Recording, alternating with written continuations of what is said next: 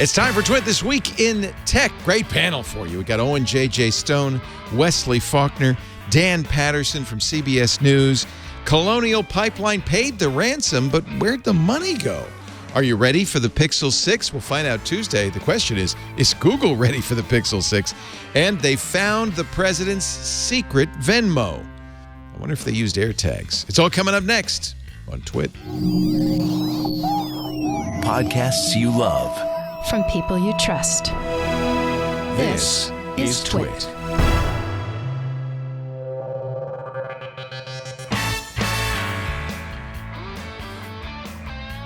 This is Twit, This Week in Tech, episode 823, recorded Sunday, May 16th, 2021.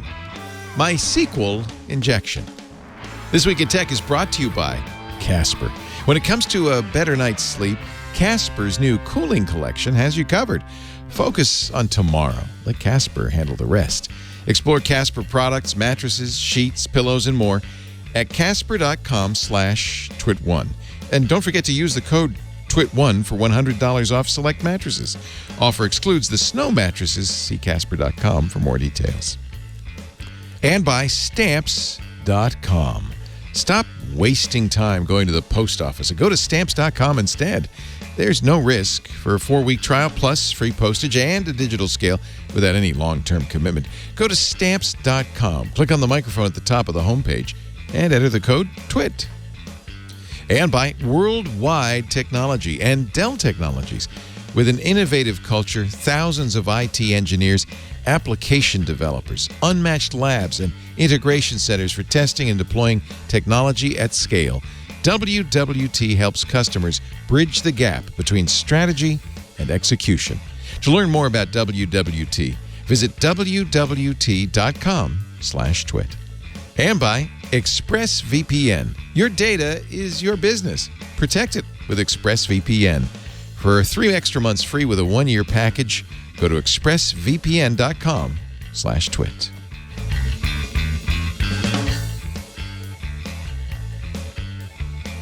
It's time for Twit This Week in Tech, the show where we cover the week's tech news with a diverse panel of interesting people. This is the only show we do on the whole network where there's always somebody different on the show. And, at first I thought, all the shows should have a regular panel. So, maybe occasionally rotate people in and out. But I kind of look forward to this because I have a lot of people I want to talk to. And so we always try to bring on, I get help from Jason Howell, who's producing the show. We always try to bring on a variety of people, and it's great to see each of you again. Haven't seen you in a while. Dan Patterson joins us from CBS News, CBSN, their live streaming news product. Hi, Dan. Hey, it's always good to see you, Leo. It's always a pleasure to see you. You did not get the memo that you don't have to wear a tie on this show.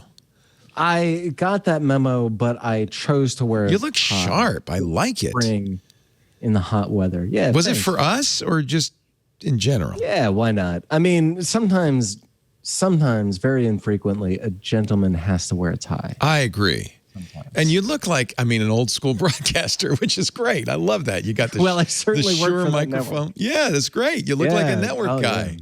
Yeah. Boy, this Shure microphone. I know you use the Heil in studio, right? That Shure microphone's excellent, though, and I've used it in many amazing. Radio stations. It's a kind of that and the RE20 from Electro Voice are. That's the SM. Sure is it 77? I can't remember the number. 720. 720. Okay. That's updated from the ones we used. Looks good. And that arm, I must say, you have a lovely arm. Do you want to say anything about your arm? I invest heavily in my radio and podcast. That's a fancy ass arm, is what I'm saying. It looks like a crane. Is it a boom? It's better that than having.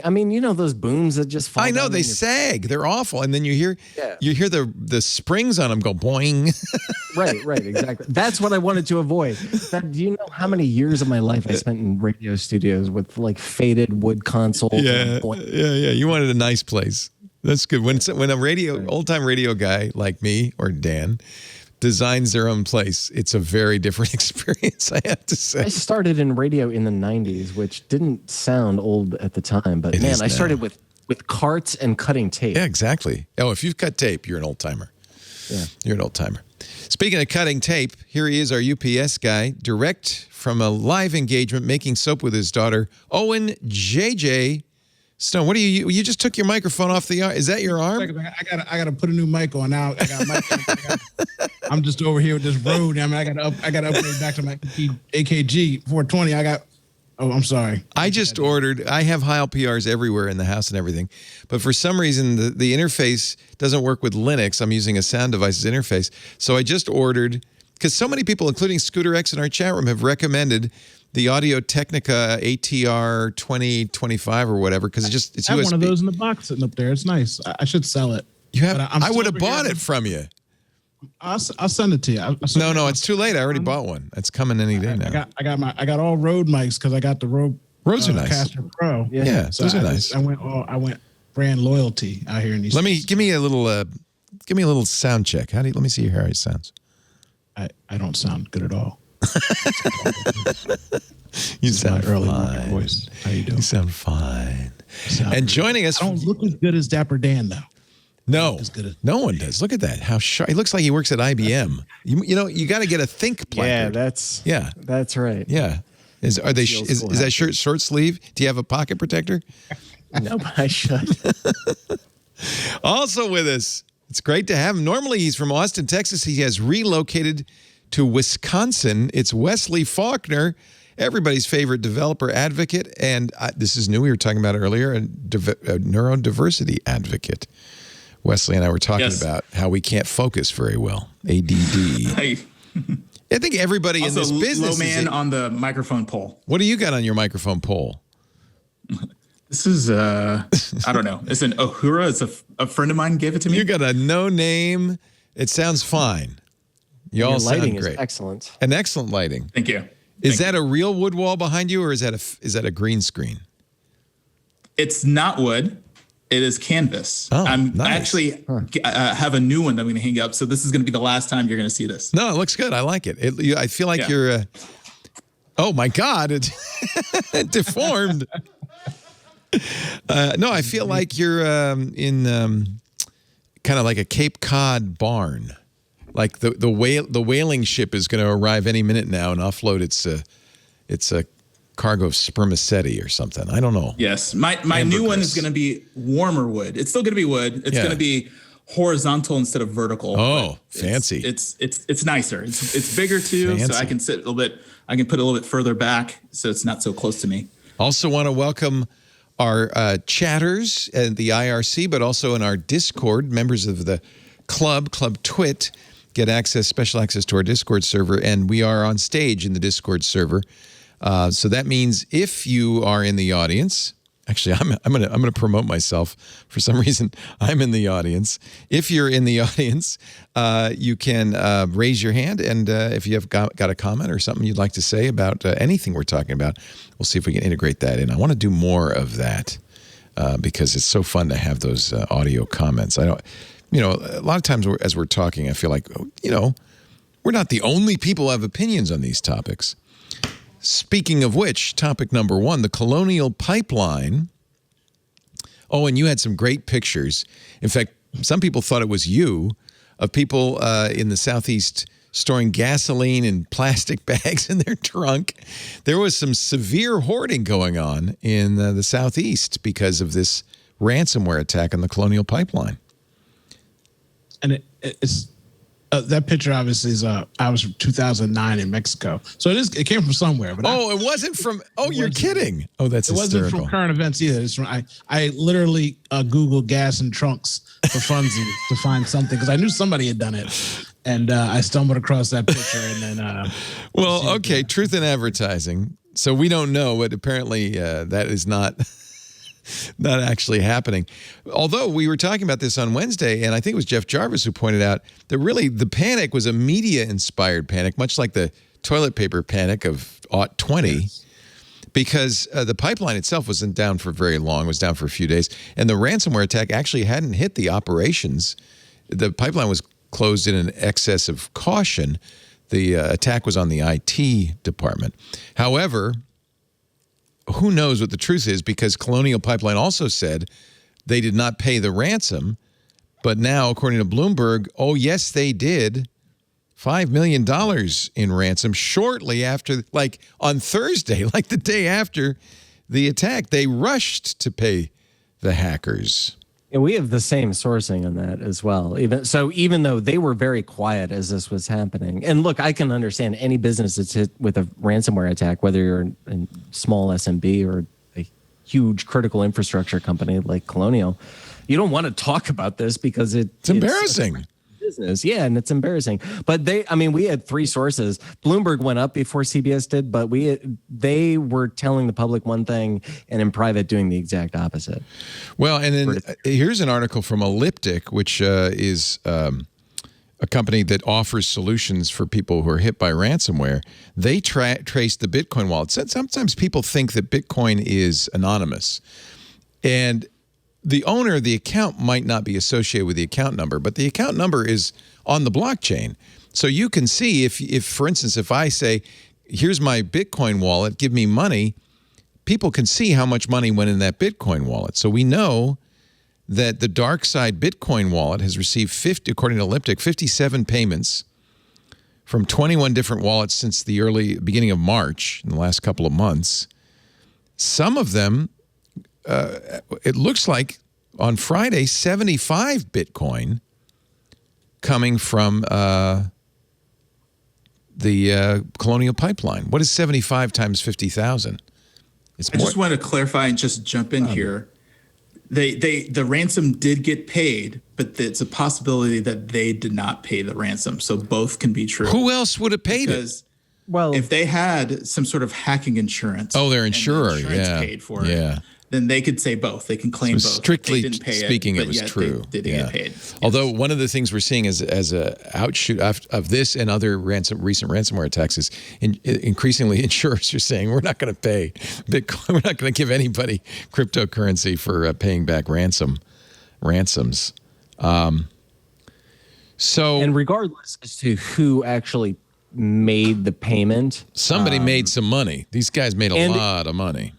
And it highlights that the challenge of ransomware that every company, every government, and even individuals face with ransomware, which is, and you saw the White House change their guidance at the press conference earlier this week with Jen Psaki and others. They initially, like everyone, our guidance is always don't pay the ransom, but they kind of subtly shifted that to, well, we always advise companies not to pay the ransom, but we do think that companies should do what's in their best interest. It's hard to say don't pay the ransom. I mean, it's easy to say it, but it's hard to do it because if you're sitting here and you're going to be out of business and it's going to cost you $100 million, right? $15 million, big deal. And often that ransom price, now, I mean, there's all kinds of meta that went into this particular hack, but often the ransom price is set by these criminal organizations to be non-factor in your decisions. Right. So it might seem like a lot of money for you and I. $5 million is a lot of money. But for a company at this scale, it really isn't a decision about like, well, is it cost effective to pay it or not? Just pay it and get it over with. Let's get back operational. And I understand why the FBI would say don't pay it because they don't want to encourage these attacks. But that's not the calculus that any business is making. That's not their issue. Their issue is how do we get our stuff back online because we're going to lose millions every single day that we're offline.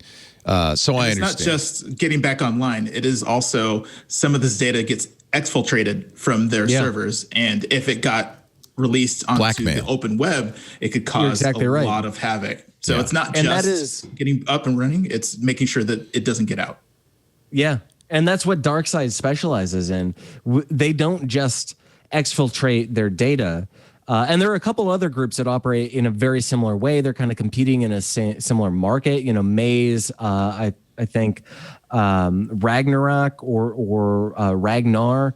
There are a couple of companies that will not just lock up your data, not just steal your data, but they'll kind of bludgeon you with these threats of like, well, we're going to leak some of your data. We're going to corrupt other components of your data. We're going to DDoS you and we're going to go after your client. So what do you want to do? Pay the ransom or like have a really bad day? Yeah. Well, that's what happened to Apple and their supplier Quanta when they got hit by the REvil or Revil ransomware. the hackers, and this is what you do now if you're a ransomware gang, apparently, is you get in, that's the first step. Before you trigger the ransomware, you survey the network, you exfiltrate anything of interest. You might also be looking for where the backups are stored and how to make sure those backups also get encrypted. Then once you feel like you've done the reconnaissance and you've gotten the data, then you trigger the ransomware. And that's exactly what REvil did to Quanta. They said, oh, not only have we encrypted your data, but we've also got all the schematics for Apple's next products. And here's a couple of them, 14-inch and 16-inch laptop. If you don't want us to release any more, give us $50 million. Now, I don't know what happened. I don't know if Quanta paid or Apple paid or if they caught the guys or what. But suddenly, that stopped. So it sounds like they got paid. And you're exactly right, Dan. It's worth a lot more than $50 million to Apple and probably to Quanta for that matter, that stuff not leak out. It's not just the encryption. There's also another problem. According to Bloomberg, even though Colonial Pipeline paid $15 million for the decryptor, it was so slow, they ended up restoring from backup anyway. Come on, guys, if you're going to write ransomware, make sure it's efficient. At least the decryptor ought to be. Isn't that why we have a ransomware gang in the first place? Like, you have employees. Like, DarkSide is an unusual operation. They had a website. They had an ethics policy. Well, that's the interesting second half of this story. They claim that shortly after the president said, we're going to get these guys, they said we should say this is, the trustworthy folks over at the DarkSide said they lost control of their servers and all the money in their Bitcoin, or much of the money in their Bitcoin wallet. DarkSide's blog post. Yeah, they got a blog. Sure they do. Why wouldn't they? DarkSide's blog post said, a few hours ago, we lost access to the public part of our infrastructure, namely blog, payment server, CDN. Yes, they had a CDN servers.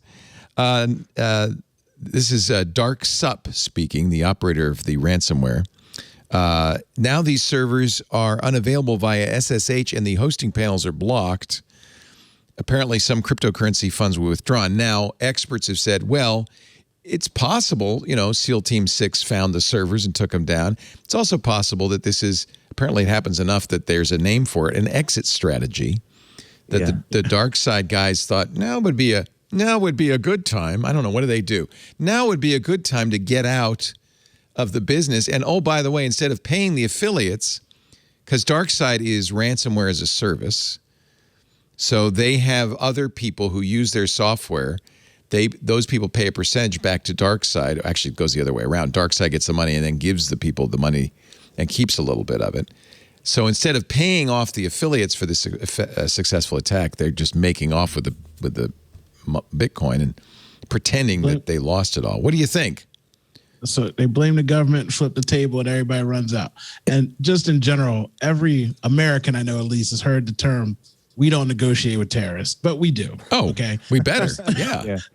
When you look overseas and somehow they got Toyota Tundras in the middle of the desert, I'm like, well, where did they come from? You know what I'm saying? So we do negotiate with terrorists. So if somebody has something that you need and it's money and you got the money to pay it, they pay that money and then they try to figure it out later. And I believe wholeheartedly in our war machine that is America. But I don't even think SEAL Team 6 has a teleport machine that they can jump through space and time. It's hard. Shut them down. And you can't, as from what we seem to know is that these guys are Russian nationals, not Russian government, but they're Russians. You can't just kind of invade Russia and take these guys out. I don't know. Dan, you're probably more an expert on dark ops than anybody else on this panel. Could we do that? There are two. The metagame here is way more interesting than the overt game. There's that adage that no one makes money in Russia without Vladimir Putin's say so. Right. And I'm instantly suspicious when I see an attack like this. I think everybody is like, you don't have to be an expert in cyber to say, did this come from Russia? And even when we had intelligence that said this was probably Russian, the organized criminal actors in Russia they kind of play by that adage. Nobody's making money. There are no criminal organizations there that are acting in this way, attacking American critical infrastructure, even though it's run by a private company. This is critical infrastructure like the electricity or your water, and nobody is attacking those things without Putin's say so. So on the flip side of that, Leo, I don't know what the NSA or other cyber operations are doing, but I know that we've developed offensive capabilities, and we haven't been shy about using some of those capabilities. And I do believe that Biden is more keyed into cyber than his predecessor. So I would be shocked if there wasn't a proportional response, but who knows what it is. There was a tweet from a former director of national intelligence who said, "Oh yeah, they're going in right now." Yeah, he said, "I don't know for sure, but based on my experience." It's funny though. There's some interesting points to this. One is that in their ethics statement, the DarkSide blog says we don't go after hospitals and national infrastructure. There's some thinking that they didn't know that when they were attacking the IT of Colonial Pipeline that they were actually attacking infrastructure. You'd probably be prudent not to go after infrastructure. There are plenty of other excellent targets that you can make money on. And you don't want to rile up a nation state. But assuming that this nation state is riled up and that DarkSide's security operations, their SecOps were good, is it reasonable to think that we would be able to, I think we could probably shut down their servers, right? Maybe we could invade their Bitcoin wallet, maybe. I don't know. If we can't stop the Pirate Bay, we can't stop these people. I feel like their OPSEC, you don't have to have really good operational security to keep your stuff private. Or do you? I don't know these days. You're right. We couldn't take down Pirate Bay, but that was a long time ago, Wesley. We've gotten better. They were a determined adversary. Well, God, I mean, DarkSide has to be a determined adversary. But the truth is, DarkSide is not really a thing. I was just saying they don't have control because of their franchise model, right? Along with their PR and marketing that they have apparently in customer service. They have customer service. They do. It's amazing. You can't stop DarkSide because it's almost like a flag that anyone could just sign up for. And, it's like anonymous, right? Yeah, you can't stop them. Yeah. But you could do what seems to have happened. I mean, we won't know if this was DarkSide exit strategy or if it was, in fact, something we did. But I could see how it would be possible to disrupt their servers. Somebody's serving that stuff. Especially a dark web server. I mean, there's not the best reputation for stability with dark web servers. Right. And it'd be possible. I mean, we were talking on the Security Now on Tuesday about Tor. At any given point, as many as a third of all Tor exit points are owned by national intelligence agencies. So, it'd be pretty hard against a determined nation state to keep everything a secret. So I could see how, especially since it came the day after Biden, whether it was convenient for DarkSide to do it at that point or we really did get to him. I would love to know, frankly. So the pipeline came back online. Again, it was never threatened, apparently, by the ransomware, but it was closed just to be cautious. It came back online within a few days. I don't know if there were big shortages, but there weren't no reason to put gasoline in a trunk in plastic bags. Hey, again, no judgments. And you just continually prove how easily the American public is to troll.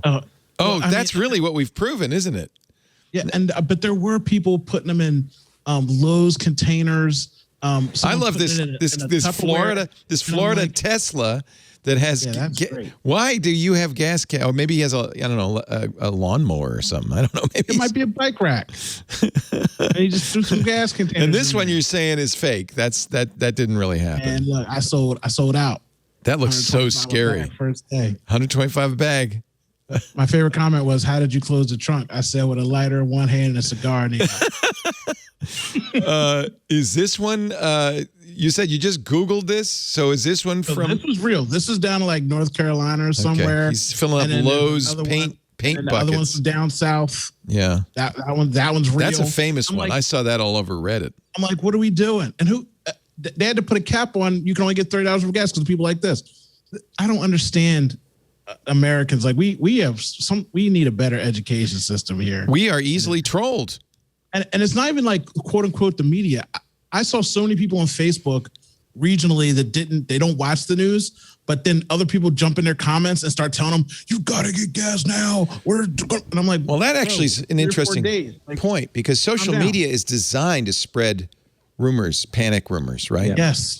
Yes. You get 3 people to put a line of people going. I was like, didn't they make it in the 70s without gas? We're going to be all right. It's going to be okay, you know? And then my favorite thing is the president shut down the gas. I'm like, that's how I know that it's not necessarily the media or the news, because people don't even know why there's a gas shortage. There's so many people just blaming the president and stopping us to have our own fuel in America. I'm like, by the way, Owen, you're not part of the solution. You're part of the problem. The AP actually did a fact check. Old photos fuel misinformation around gas shortages. Oh, it's great. You've been fact checked by the AP. Hey, I got fact checked by Moms of America, because I have 13 women. They're all women too. You can just tell their moms just checking in on me to make sure that I'm not putting gas in my truck. And I'm like, hey, where do you think that misinformation propagated? Just besides Owen J.J. Stone? Yeah. Oh, you think? All right. Now that's an interesting. That was a provocative question from Dan Patterson. Do you think that perhaps a Russian troll farm or somebody like that said, "Oh, quick, let's jump on this and use our bots to spread misinformation"? No, I'm not saying that. And in fact, as we saw with the proliferation of groups like QAnon, definitely not always. You don't need to. You don't actually need to. But the mechanics of social media are built in such a way it's made to do this. Yeah. Right. Facebook, Instagram, WhatsApp, Twitter, YouTube. That's where misinformation and disinformation propagate. Sorry, I didn't mean to make a lighthearted. It's been there the whole time. Everyone's doing it for the lulz. Everyone's just having fun. Yeah. Some people don't understand the difference between satire and reality, and they spread it, put their own little spin on it, and then go a little wild. I think that when people see something, they're like, "Ooh, this is getting a lot of attention." And with our new YouTube economy of like grabbing attention and influencer marketing, people they want a little bit of that rush, that they want the retweet, the like, the share. They want people to send whatever they're saying far and wide and get a little notoriety while they do it. It feels like in a microcosm, we have a perfect example of how that happens innocently. Owen J.J. Stone puts on Instagram a picture from Mexico from some years ago, making a joke, which anybody, including me, who saw it would go, "Yeah, good one, Owen." But some people didn't. Retweeted it, reposted it. It gets more and more serious, and Facebook and Twitter and Instagram are designed algorithmically to promote this stuff, to build it up. It gets, you can see this happen in a microcosm in real time. And you could see how, in a way, we've created the perfect mechanism for spinning up fear and panic and upset in this country. Hello? What do we do now? What are we going to do about it? I'm under attack. I feel personally attacked. No. Oh, wait. I was just, because I was part of the lulz. And no, you were the lull gang. Fun. You got misunderstood. That's what I'm saying. It started innocently. Yes, and it really is very quick on how, like I said, when people start reaching out to me, I'm really thinking to myself, like, you think that I would do that? Like, I was shocked by how many people like were thinking that. And I was like, okay, but that's what happens. Somebody puts up something and, everyone gets mad about certain memes. There's always some kind of stereotype or meme that'll get you where you're like, that is blatantly false. What are you doing? And then the other person's like, I just thought it was funny. I didn't take it as seriously as you're taking it. I just thought it was funny. I'm not saying you didn't. I'm not saying you threw a match on a lit on a. No. I'm just saying in general that's what happens though. I'm not saying you're joking. The real problem is these mechanisms, which are dumb, not people. The mechanisms themselves are just computer algorithms, and they're really designed. It's good for business to do this. And now we got a problem, right? So what do we do about it? Fear or fun. I mean, I don't even know how you stop it. I don't, because again, even when I do it, like to what you said, you're exactly right. I do it because I'm like, this is funny. I know people are going to laugh at this. It's funny. But then I personally never take an account unless I think it's something that's violent or something like that. I never take an account. Somebody might misunderstand this and take this the wrong way. I just say it's funny and I go post it. But if I was a rational person like all of us could be, I would think, misinformation, I shouldn't do it. But then where's the fun? It's, by the way, why I don't have a Facebook, Twitter. I'm not on Facebook. I'm on Twitter, but I don't use it. I'm on Instagram. I don't use it just so I can show it. But that's why I don't use these platforms, because they really do lend themselves to misunderstanding and upset. And I've done it myself. I've seen people get in so much trouble on Twitter, not innocently, but you get a little spun up and you do a tweet that you didn't really think through, and now you're in a flame war. Well, we all know the concept of priming in advertising, right? Where you are given a message repeatedly and you act on that message. Yeah. With Facebook and Twitter, and especially, and I really didn't mean to take a funny conversation and make it seriously, but seriously. No, I'm making it serious. It's I take it. What Owen experienced, he was doing something that was funny, and we should all be able to have a good sensibility or a humorous sensibility where we kind of laugh at stuff and ignore things like this. But what you're describing, Leo, is the tinder that is built up, and everything on social, because engagement is the key to monetization. It's all Tinder all the time. And I think it's a bad trend. But I see it, and we do it, but we blame the people. Like, people ought to know better. They need a better education. They need to be taught how to distinguish good content from bad content. They need to, but it isn't people's fault, because this stuff has always gone on. Somebody's mentioning the original troll was War of the Worlds by Orson Welles, which terrified people across America. But and by the way, that was used as an example of why radio is way too dangerous a medium, because it was very convincing. But we've just weaponized these tools in such a way that you can't make a joke anymore. And I don't blame people. I don't think it's our fault. Yeah. I think that I think we got to do something about the medium. Well, in software development, there's this thing called the tour, or the out-of-box experience, or the walkthrough, where you can walk the user onto the medium the way that you want them to flow. If there was a gating option to show, hey, this is how you can spot misinformation when you're on Twitter, when you launch Twitter, and it could walk you through, hey, you see this picture of this person filling up their tank and all these containers of gas. Keep in mind, this is extremely cropped. If you pulled out, then you might not see everyone doing it. So this could be an isolating incident. You don't know. So don't think that this is way bigger because you're seeing just this one image. They could do that. I remember Google early on, they used to do a health check. Like, hey, would you like, 200 megs of free Google Drive storage, by going through and checking, make sure your password and your password hygiene was good. They could do the same thing with these services. I think lower in the rundown, we're going to be talking about a Twitter Twitter's looking subscription at service. Yeah. What if they made that part of it, saying, hey, with great power comes great responsibility? I don't think Twitter wants to. A great user. I think the reason it's not happening. There's no motivation for that. Yeah. But they should really do this to get ahead of this legislation, because, Congress doesn't like them right now. That's the incentive, isn't it? And stuff like that could help head off those problems with legislating that these companies make sure their users use their products responsibly. Boy, that's a good point. That's the argument for investigation and legislation, is that's the stick with which you get these companies to do the right thing, because there's no incentive otherwise. They make money when people are upset. They make money when the fire gets lit. That's good for Twitter and Facebook and Instagram and TikTok and everybody else. I don't want to single anybody out. Dan, does that seem reasonable? Is that a good solution? I like that quite a bit. I think that what Wesley describes is exactly, that would counter, or it would encourage behavior that is counter to the business models of a lot of these companies. But it sounds like a fantastic suggestion. You got to do something. Go ahead. I spoke with Christopher Wiley, who was the Cambridge Analytica whistleblower. And he made this great metaphor for what's happening right now. And he used a building. We're in New York City, and he says, look, you can't build apartments past a certain height. You can't build buildings past a certain height without having a building inspector.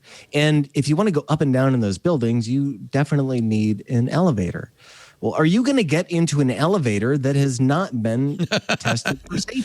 No, of course you're not. No, you're definitely not going to do that. So that's the same thing, in his words, that we should do with social media firms. Instead of regulating what speech is or having this dumb debate about what speech is, which is really just designed to distract us, instead just build for safety and design protocols inside social networks that do exactly like Wesley is describing, which is safety. We're not talking about speech, we're talking about safety. And we can see the inherent unsafety or the problem, the flaws, and the danger when we look at groups like QAnon, or we look at people like Maria Ressa in the Philippines, who has a constitution much like the United States Constitution, but it was overtaken by a strongman, Duterte, who used Facebook to weaponize disinformation and attack her, a journalist, telling the truth about a politician. And if we're not careful, we're going to see a very similar weaponization of social media here in the United States. And we saw glimmers of that with QAnon, which was a remarkably violent movement. Is she still in prison, or did she's not in prison? Okay, but the hammer could come down at any time. She was accused of libeling. But it's all made up. Right. It's all made up, and the accusations have come from Facebook and from Twitter and brigades, very similar to what we saw with like Stop the Steal and QAnon on Facebook, where they just proliferated so rapidly that you could send a small message and that signal would amp up this entire crowd who would go on the attack. Yeah. Anyone who's covered QAnon knows the death threats are real from QAnon. And the same phenomenon happened to Maria Ressa. And a country with a constitution like the United States, when a journalist is targeted with violence by the president and by mobs who are whipped up on Facebook, bad things are going to happen.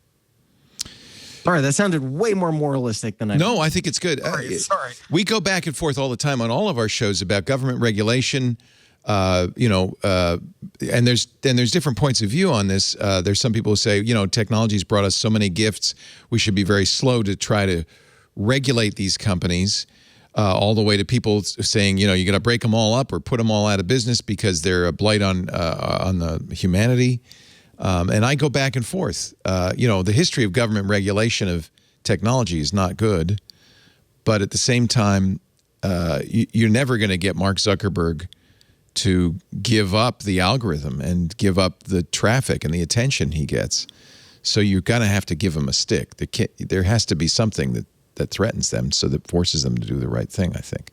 It has to be more of a business cost. It's the same thing as choosing the right amount for your ransomware demands. There has to be a greater business cost than the money he's making.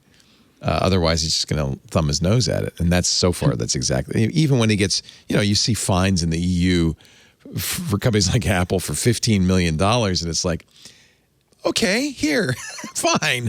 That's not a threat. You need to make it serious. Do you disagree, Owen? I don't think you're a fan of government regulation. I'm just saying, for those listening that can't see me, I'm an overweight individual. There's a lot of things attributed to that, besides me being lazy, but a lot of it has to be with, when I look in the ingredients of my stuff and it says aspartame, diacea, riboflavin, laba laba. Okay, so the government doesn't eat that riboflavin, laba laba. That stuff will make you sick. Certain things do, though, right? Yep.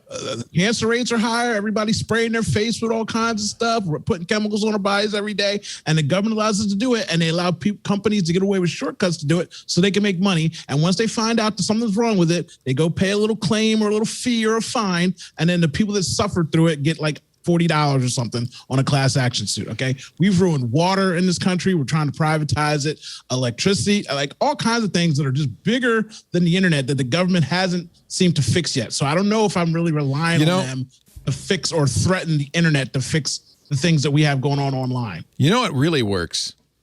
The warning on the bag that say may cause diarrhea or loose stool. Remember Olestra, this fax substitute that everybody was saying, oh, this is going to be great. It's going to save America's population. They put it in Lay's potato chips, and it caused intestinal disruption. The FDA approved it. They allowed it. What killed Olestra was the warning on the bag. Everything that goes on the television after 11 o'clock that's a medical solution. Look at the warnings. Ends with a 30-second, might cause bleeding, intestinal serotonin. You forgot about your mother's birthday 4 years in a row. Like, the things that they list off at the end is like, well, what problem was it even fixing in the first place? Because you just gave me 40 more problems from taking this. And guess what? It's FDA approved, free and clear. Let's go get it in Americans. So, I hear what you're saying about Zuckerberg's and the way the world works. But I mean, like, the government doesn't do such a great job. I mean, like, lobbyists, one hand washes another. We do what we got to do to make money. This is America, capitalism. If they put a sign on Facebook that said may cause anal leakage, I think it would help. That's just all I'm saying. You don't have to outlaw Facebook. You don't even have to make a law. I can't go against that marketing strategy. I ain't got nothing to say against that. And it would be true. The amount of people be true. Yeah. The amount of people who spout the stuff on Facebook, it would be an accurate depiction. Something's leaking. I don't know. All right, we're going to change the subject. Not 1 minute too soon. It's really great to have you guys. Wesley Faulkner, always a pleasure. Thank you for being here. Wesley, actually, I want to give Dr. Mom a chance to get up on the stage and talk about anal leakage, but Wesley is a developer advocate and neurodiversity advocate. Wesley88 on the Twitter. I also want to thank you for being here. I also want to thank Owen J.J. Stone, IQMZ.com. And we're going to find out why he wants to give out his phone number, because he's doing it right now. I don't understand. We'll find that out. A lot of people already texted me. Just tell me your name. I'll get back to you after the show because I'm busy right now. He's doing something. But we'll find out what that number is and why he wants you to use it in just a moment. Also, the great Dan Patterson from CBS News, an actual senior producer at CBS News. Not just a reporter. What did they call it? That lower third says senior. We'll take senior out. He's no longer senior. They used to call it the Tiffany Network, didn't they? Wasn't that it? The Tiffany Network. CBS. Because news matters. Where news matters. Dr. Mom is in the Discord. She apparently knows something about anal leakage, Olestra. Dr. Mom, what is up? Well, what you have to remember with all these things is the FDA makes them put in ridiculous warnings that this may cause death. My favorite is when they say, if you've ever had a family member who's died from this, or you might have died from this, don't use it. It may cause death. But you know, Owen's point, Dr. Mom, and you're a physician, we should say she's an MD, she's a physician, is that you still see all these ads on TV all the time for drugs. You have to go to your physician. I guess that they say ask your doctor if Vitarvi might be right for you. And then they have a page and a half. They go on and on and on while they're showing smiling. By the way, they always do this. Smiling, happy people, or in their warm baths or whatever, may cause sausage fingers, could cause death, whatever, And apparently that doesn't stop anybody. But does it frost you, Dr. Mom, when your patients come to you and say, hey, I saw that I should be using Olestra? What do you think? It really does annoy me. I think it annoys most physicians because we are so pushed these days, but you have to get patients through the office quickly because you have to see so many an hour to even break even, that they're coming in and they're saying, well, I saw, and okay, here, go ahead and have it. I mean, I don't know. Just write the script and get out of my life. Oh, my God. Have you seen the HBO documentary Crime of the Century about what happened with the opioids? No. They talked accurately about how the drug companies were going out and lobbying doctors. Come on, you got to write this. You got to write this. And I remember when they told us you have to use the pain scales and everything and people should be pain free and such. They knew what they were doing. They market to the patients because they know the patients are going to come in and start bugging the doctor. Why am I not on this terrific med? Now, I like my patients to self-advocate. I like them to be intelligent. I like them to come up and say, well, why am I using this instead of that? And then have an intelligent discussion with them. But when they come in and they don't want to listen and they're just telling you what you want, it's an issue. Yeah. And it does upset most of us. Thank you, Dr. Mom. It's great to have you in the the club. I really appreciate that and have you in our Discord. If you have we're going to start doing this more in our shows. If you're in the Club Twit Eastside Live stage and you have a thought or a question or a comment and you want to say something, raise your hand and we'll get you on. I should mention, when you talk about that opioid crisis and the Sackler family that got America hooked on OxyContin, it's so bad that they've offered to pay $4.3 billion for all this to go away. 4.3, the family has offered $4.3 billion with a B dollars to make this all go away. That gives you some idea of what the liability must be. You know, gives me some idea of how much money they made. Yeah. Oh, yeah, they got plenty left. What if we gave you $4.3 billion? Would you go away happy? We're going to take a little break. Thank you, Dr. Mom. It's great to talk to you. Our show today brought to you by Casper. I've been sleeping through the night lately, and I think it might be this new Casper mattress we got. I am in love. This is the Casper Cooling Collection. It's brand new, just in time for summer. Everything you need to help you sleep cool all night long. Casper's mattresses have something they call the new snow technology. That's to keep you cool, but then they put on top of it, you put the hyper light sheets, the lightweight duvets, the breathable mattress protector, and you've got a combination designed to keep you cool and comfortable. So you can't help but love your tomorrow. Tomorrow's a new day. Make the most of it with Casper's new cooling collection. There I am opening up our Casper mattress. This is a king. It comes in a surprisingly compact box. You open it up, it inflates. It's not an inflatable mattress, but somehow they've sealed it, and then it's you don't have to air it out. It smells great. It's so comfortable. Better bedding makes for a better tomorrow. Put on top of that, put the amazing breathable mattress protector. You know, most mattress protectors are sealing in your heat, but this improves the coolness of the bed by allowing air to flow between your body and mattress. On top of that, the hyper light sheets designed with an innovative grid weave that lets air flow through for maximum breathability. On top of that, the lightweight duvet. You still get plush comfort, but optimal temperature control. You will sleep well this summer. In fact, all year long, you want to avoid overheating because cooler sleep means better sleep, and I have never slept better. Better sleep means better tomorrows. As always, Casper offers free shipping, free returns, but Casper's got mattresses for every budget, for every need. My daughter just got her new apartment. I set her up. I got her the frame, the foundation, the mattress, the sheets, the pillows, everything. And she loves it. Just imagine what tomorrow could be if you spend tonight on a Casper. When it comes to a better night's sleep, Casper's new cooling collection has you covered. Focus on tomorrow. Let Casper handle the rest. Explore Casper products, mattresses, sheets, pillows, and more at Casper, Casper, Casper.com/twit1. Use the code twit1 for $100 off select mattresses.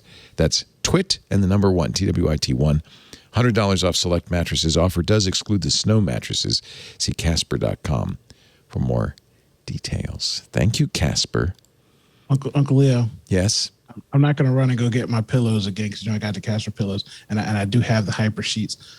Do you have those new sheets? Because I haven't tried those. I want to try those. So, first of all, when you get in them, because I'm always looking for cool tech stuff because I get hot. So when you get them, it's like ice. Like it feels so good on your skin. And I don't know how it works, how it's breathable or whatever, but like if you just like fluff it and then put it back, it's almost like turning your pillow over. Like all you got to do is give it like a little bit of air and then it just goes right back to being Isn't that the best part? When you flip your pillow over and it's hot from your head and you flip it over and it's fresh and cool, or you stick your feet in a different part of the bed and it's nice and cool. That's nice. Yes, I like that. Yes. I got to contact somebody. Let me trade in the mattress. You know what Dick DiBartolo does? He's got a fan. It's designed for your bed. It's at the foot of the bed. It blows up into the inflates. Yeah, I've seen those. I don't know if that's a good idea.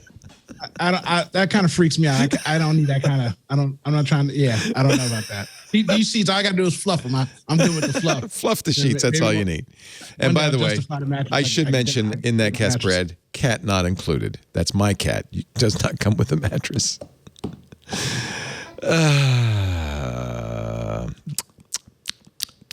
I think we covered the pipeline. Let's move on.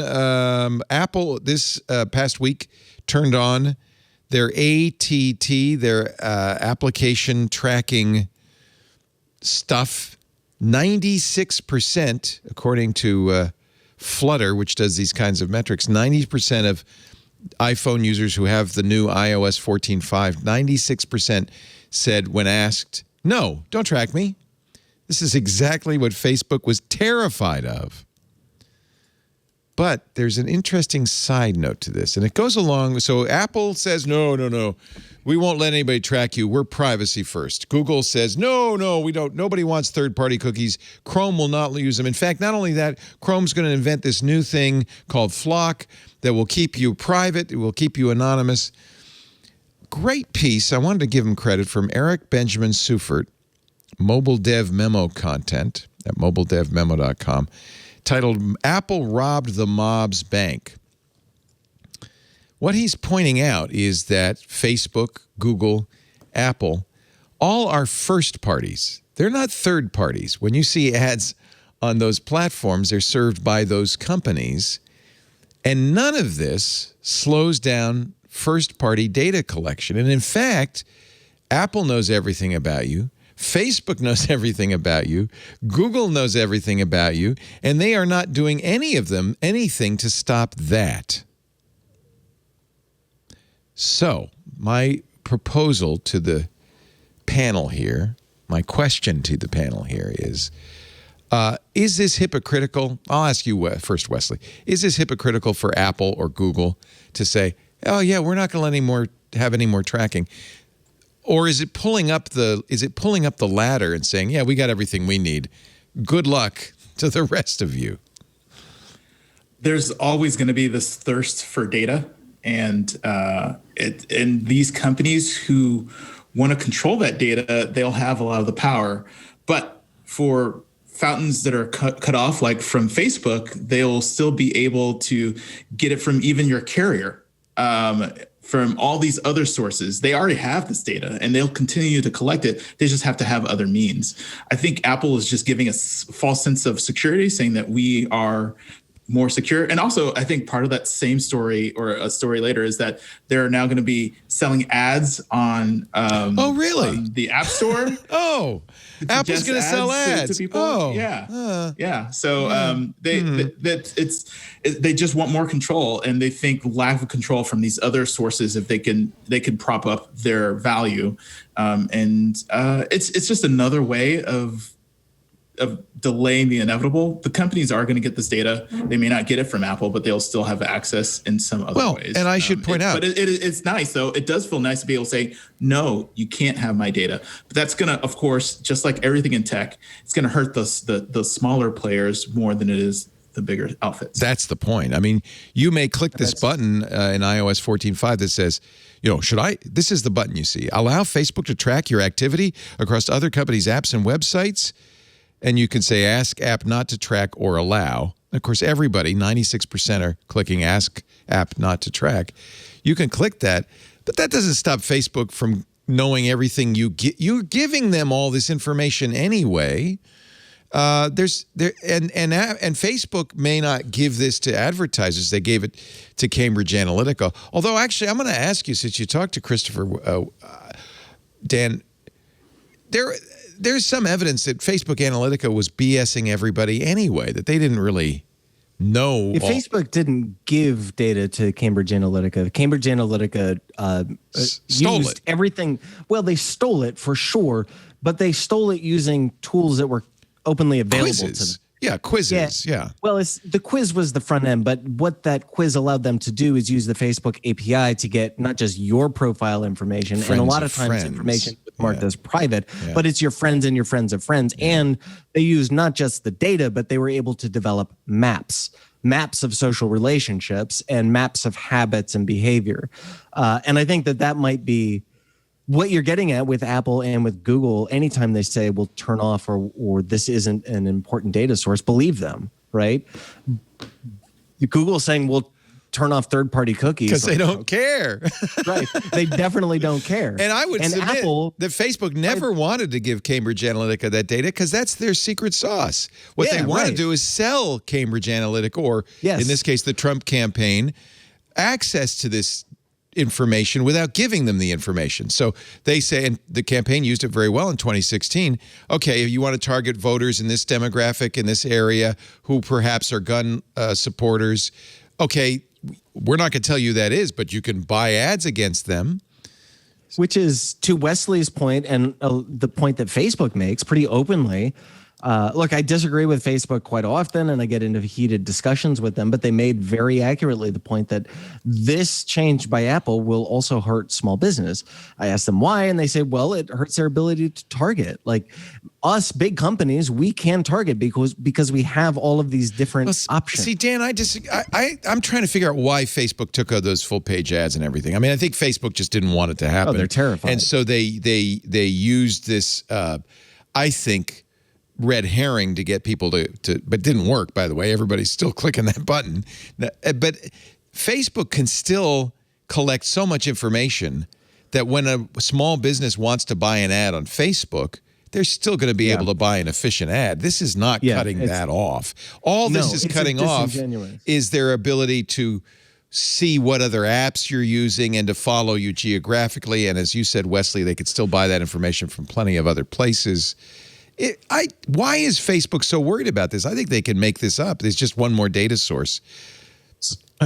Okay, so first of all, real quick, this is a live view of Apple's security. Is this people getting searched as they go? Oh boy, what a good search that was! The guy's touching their arms and hips. That's it. Apple is very securely checking for our security. So, you have no guns on your bicep. Oh, good. Okay, go ahead. First of all, I'm about to go around the bend. Anybody at Microsoft, Facebook, Google, you need to pay attention today. You need to start.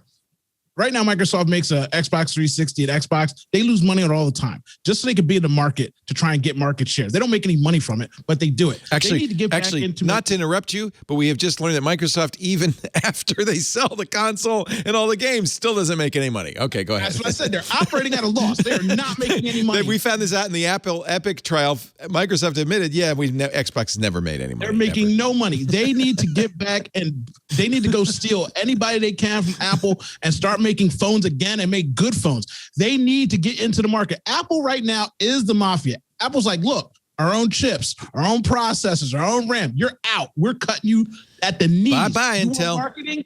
You want marketing? Come talk to me about it because I'm running I'm the captain of the ship. Yeah, you got to get through me to get to you.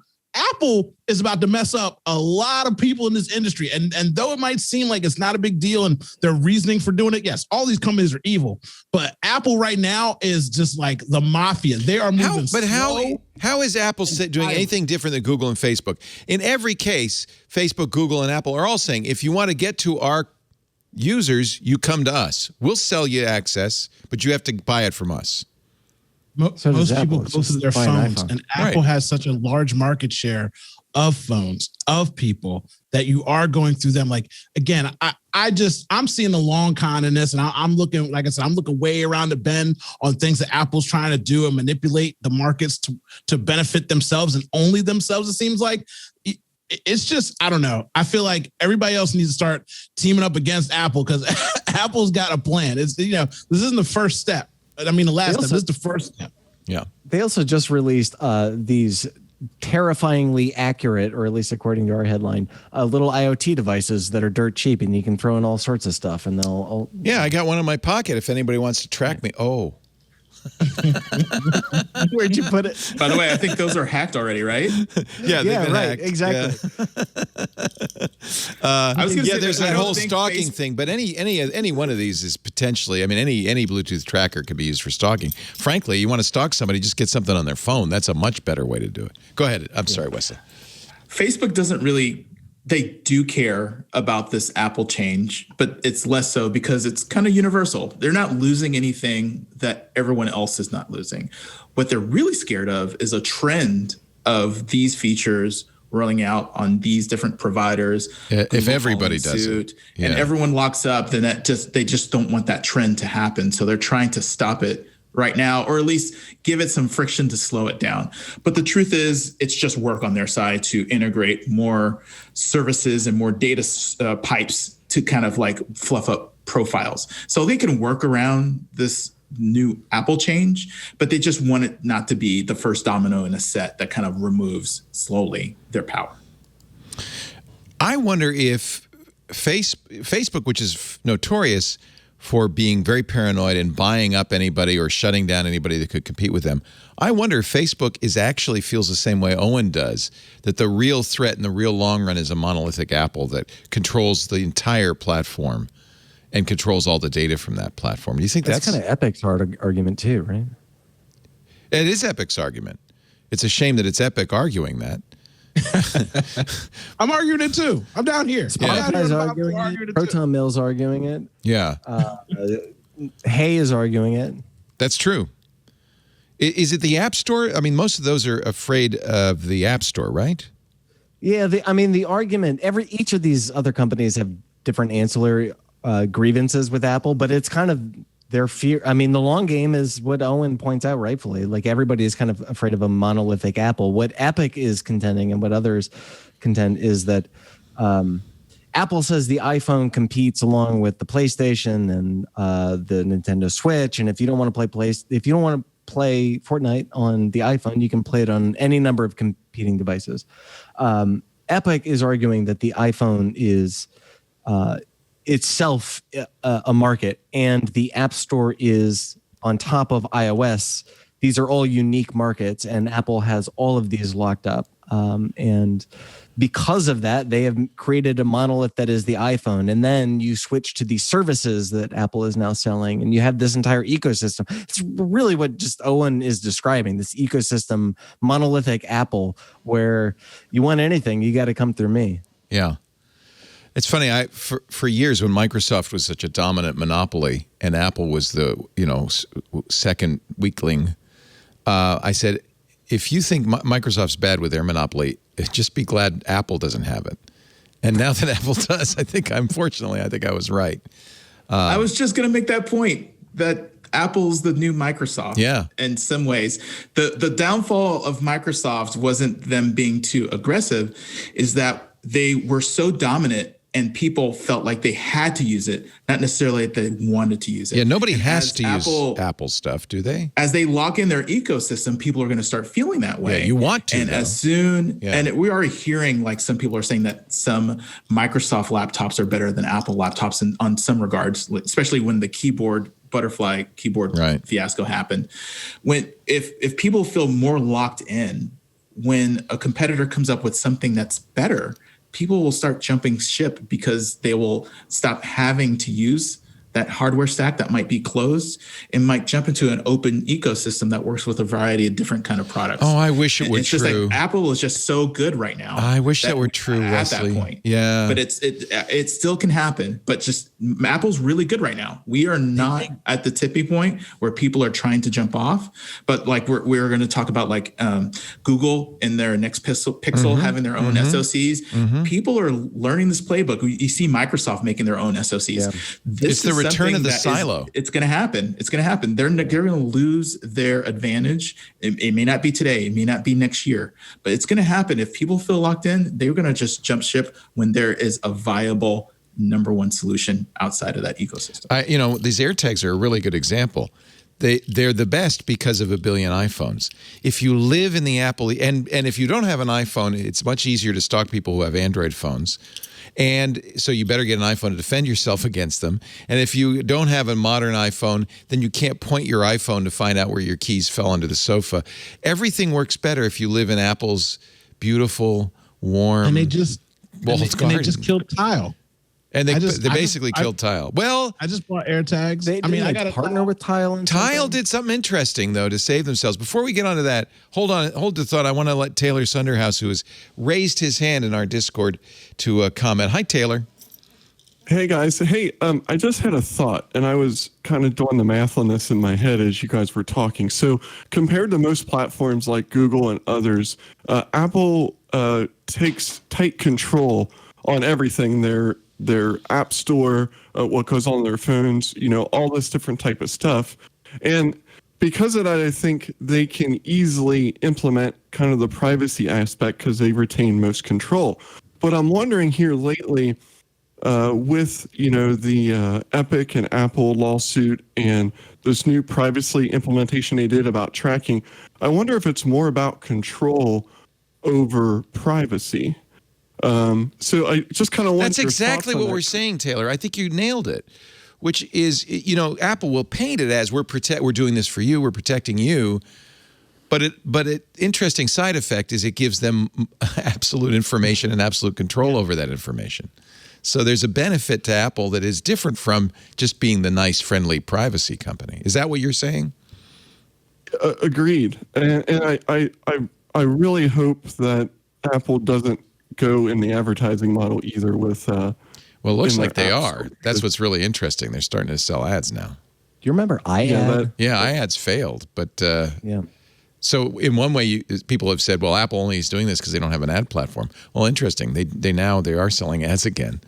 Taylor, thank you for being a member of the club, and thanks for participating with us. I appreciate it. Thanks, Leo. All right, take care. I want to take a little break. By the way, we'll just mention, give it a little plug. If you're in Club Twit, $7 a month, ad-free versions of all of our shows, via RSS. You also get access to this Discord, which is really a lot of fun. We've been doing some great stuff. We're also starting to test out some shows. We did a Linux show in there last night. I wasn't there. I'm sorry I missed it, but there's some really fun things going on.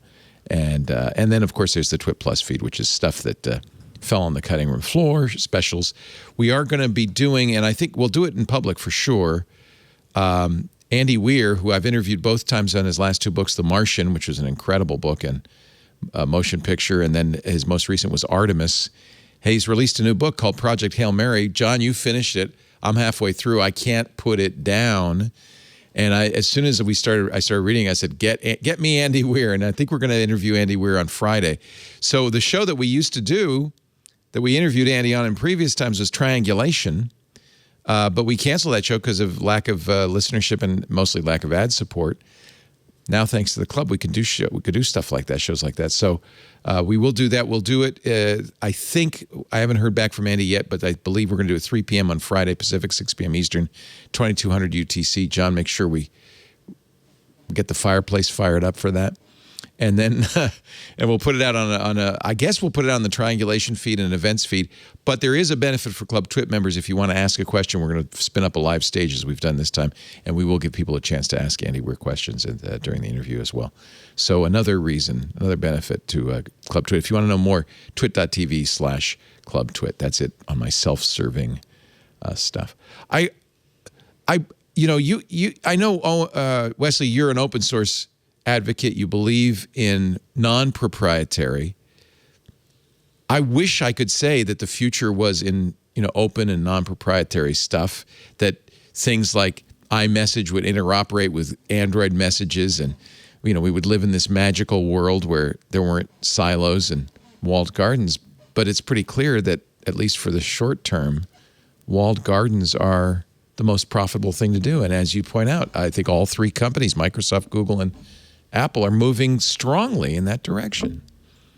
AOL used to be really powerful. Yes, walled gardens are great until they're not. And assuming that this is going to last forever is going against all the pattern of history, the ebb and flow of technology. So yes, it's good for now, but I don't expect it to continue. Oh, I hope you're right. I really do. Oh, I think the exact opposite of that. It will last forever, because if it's not, okay, if Godzilla's not coming to get you, it's Mothra. Okay, if it's not Mothra, it's King Kong. Okay, somebody coming to kill you. Okay, the monsters are the monsters. But in the movies, the good guys always win. No. I'm talking about reality right now. These monsters get killed by other monsters that come to torture you. You're saying Godzilla and Mothra, you're talking about reality. Okay, I just want to be clear. Exactly. Focus on what I'm saying. The Apple will be crushed by a bigger, dominant, a bigger monster Godzilla of a new Apple. Yeah, so they're not coming in to be nice or be cool or be like, hey, I know they messed up. Let's have a party and a beer. They're coming in saying, we're doing it better than them. They're the old dinosaur. We're putting them out to pasture. Roll with us because that's your only choice. Yeah. Mafia. It just keeps going. Wesley, I believe it's not a competing model. Like you live long enough to either die or become the villain. And so there you go. There is going to be a new player. It's going to seem like the greatest thing, and then it's going to turn evil, and we're going to start to cycle all over again. So I agree with you. That's a good way. That's a good way to put it. That it's just a cycle, and we're going to keep flip-flopping all the time. Love you guys. Let's take a break. We'll have more with our great panel. Dan Patterson, CBS News. Wesley Dapper Dan. Dapper Dan. Yeah, he is dapper today. You are living up to your name. Dapper Dan. It's got the necktie and everything. Mr. Owen J.J. Stone, Doctor. His phone number is 844-986-4563. Text him. Don't call him. He's busy. He's doing a show. I'm busy. Doing a show. And, of course, Wesley Faulkner, developer advocate, neurodiversity advocate, at Wesley88. Is that the best way to get a hold of you? 83. I can't read it because of the white wall. You need a darker wall. Or we need red lower thirds. There it is. Put your arm up. Okay, I said it right this time. Wesley83. Is that the best way to get a hold of you, Wesley, if you've got a fabulous job for this wonderful person? Unlike Leo, I love Twitter. So Jack. Our show today brought to you by Stamps.com. If you're going to send a mail to Wesley or to Owen or to Dan, you don't want to have to go to the post office and buy a stamp and lick it and put it on the envelope. You want Stamps.com, which lets you print real U.S. postage, legal postage with your computer, your printer, no postage meter necessary. You can even print it right on the envelope with your return address, a lovely logo. You could do it all. Stamps.com is the way to mail and ship these days, anywhere, anytime, from your computer. Send letters, ship packages. Plus, you'll pay less. And it's not just the United States Postal Service. Big announcement. Stamps.com now works with UPS, the United Parcel Service. And in both cases, you get big savings. Stamps.com saves businesses thousands of hours and tons of money every year. We know because we've been customers and partners since 2012. If you haven't tried them yet, I don't know what you're waiting for. I've been telling you about this for years now. Come on. Stamps.com brings the services of the United States Postal Service and UPS right to your computer. Any business, big or small, should be using Stamps.com. Whether you're a small office sending invoices, you got a little side hustle with an Etsy shop, or maybe you're shipping out Amazon orders. Just navigating this hybrid work life, Stamps.com can handle it all with ease. 1 million businesses now use Stamps.com, and we're one of them, for their mailing and shipping. You could print with your computer and your printer. Again, no special ink, no postage meter, 24/7 for any kind of mail, any letter, any package, any class, anywhere you want to send it. It'll even automatically fill in information from your web page, from your contact list, so there's no typing involved. If you're sending overseas, it'll automatically fill out the forms. If you're sending a confirmation priority mail, it'll fill out the forms. Then once your mail's ready, you schedule a pickup. A uniformed member of the United States government, your mailman, will come and pick it up and drop it off. It's just that simple. Discounts up to 40% off post office rates, up to 66% off UPS shipping rates. I'll tell you a pro tip with Stamps.com. It's so easy an 8th grader could use it, because that's what Leah uses. Does she? To send her soaps? I love it. I thought I saw stamps on there. Yep. That's awesome. Yes, we do. So we're good. She's smart. Stamps.com, it's a fraction of the cost of expensive postage meters. If you're doing that, welcome to the 21st century. It's a no-brainer. You'll save time, you'll save money, you get discounts you can't get at the post office. Stop wasting time going to the post office. Go to Stamps.com. There's no risk. The promo code for our show is TWIT. Clever, huh? TWIT. You get a special offer. It includes a 4-week trial plus free postage, a digital scale. There are no long-term commitments, no contracts. Just go to Stamps.com. See that microphone in the upper right-hand corner? Click that. Type in TWIT. That's all you have to do to get this offer. It's the best offer they have on their website. I'm just telling you. Stamps.com, promo code TWIT. Never go to the post office again, unless you want to say hi to your very nice mail carrier, because they're good people. But, you don't need to. Stamps.com, promo code TWIT. We thank them so much for their support of This Week in Tech. Let's, real quick, get a little bit of a highlight reel from some of the fun stuff that happened this week on TWIT. There's a vaccine song. You want to try the vaccine song? Sing the vaccine song. Let's celebrate that we have the vaccine to help us bring a change to this old routine, helping us get back to what we love. Google stock just went down 20%. Previously on Twit. This week in Google. Project Matter, formerly known as Project Matter, Chip, and Amazon Sidewalk were the two most exciting things that are going to happen in IoT of all of this year. Pretty much, this is a universal network in at least. Yes, if and you're it's not in the so backwoods. exciting. Let's say you want to build a garden sensor. You know, you could just build something to throw out in people's gardens on the Sidewalk network. And just assume it would work. Just work. This week in enterprise tech. We're going to go to deep dive into Wi-Fi security, and our expert guest today, Jim Palmers, will take us through a new vulnerability that might affect almost every host and client out there. It was called frag attacks, and it's because it's not an attack against the cryptography and the encryption itself, it makes it even more challenging to understand. Mac Break Weekly. Interesting YouTube from a guy who's taken the AirTag, stripped off the unnecessary stuff, and made it walletable. I'm glad that Apple didn't just like arbitrarily say, we'll fill this chamber with argon gas, and if the gas goes away, we will disable the entire thing just to be the company based on no fun. Twit, the happiest place on earth. Maybe they did fill it with argon gas, but it just wasn't enough to kill you. Could it be? Oh, wait a minute. It's inert, so it couldn't kill you. Just would suffocate you. That's all. We should actually talk about what Stacy called the biggest story of the year. We were talking about Tile and how hard it was going to be to compete against Apple with AirTags, and Tile knew this. In fact, it made me wonder why Tile didn't jump on Apple's offer to join the Find My network. They offered it to any third party. Chipolo, a competitor, did it, but not Tracker. We found out a week later, Tracker has announced they're partnering with Amazon, and they will be part of Amazon's Sidewalk network. That is very interesting. It's probably the only reasonable way any tracker can compete against Apple's billion iPhones. Sidewalk is a network that is turned on, probably without your knowledge, by default if you have a late model Amazon Echo device. It is a low bandwidth but long range network. And if enough people within, say, a half-mile radius, that's about how far it'll go. If enough people have it, your whole neighborhood will be blanketed with Sidewalk, which means your tracker, suddenly your Tile could be seen in a lot more places. Why? What is going on? And should we, Dan, I'm going to ask you first. Should we worry about Amazon's Sidewalk? I mean, definitely we should worry. But we should always. How did I know that? Of course. I mean, this Stacy in the house head there kind of hit the nail on the head, right? This is consumer IoT, or at least it really looks like consumer IoT that is no fuss, no muss, right? Yeah. You don't have no fuss, no muss. You may not even know you're a part of the network. Right. Maybe you should fuss and definitely muss, but it's still consumer IoT.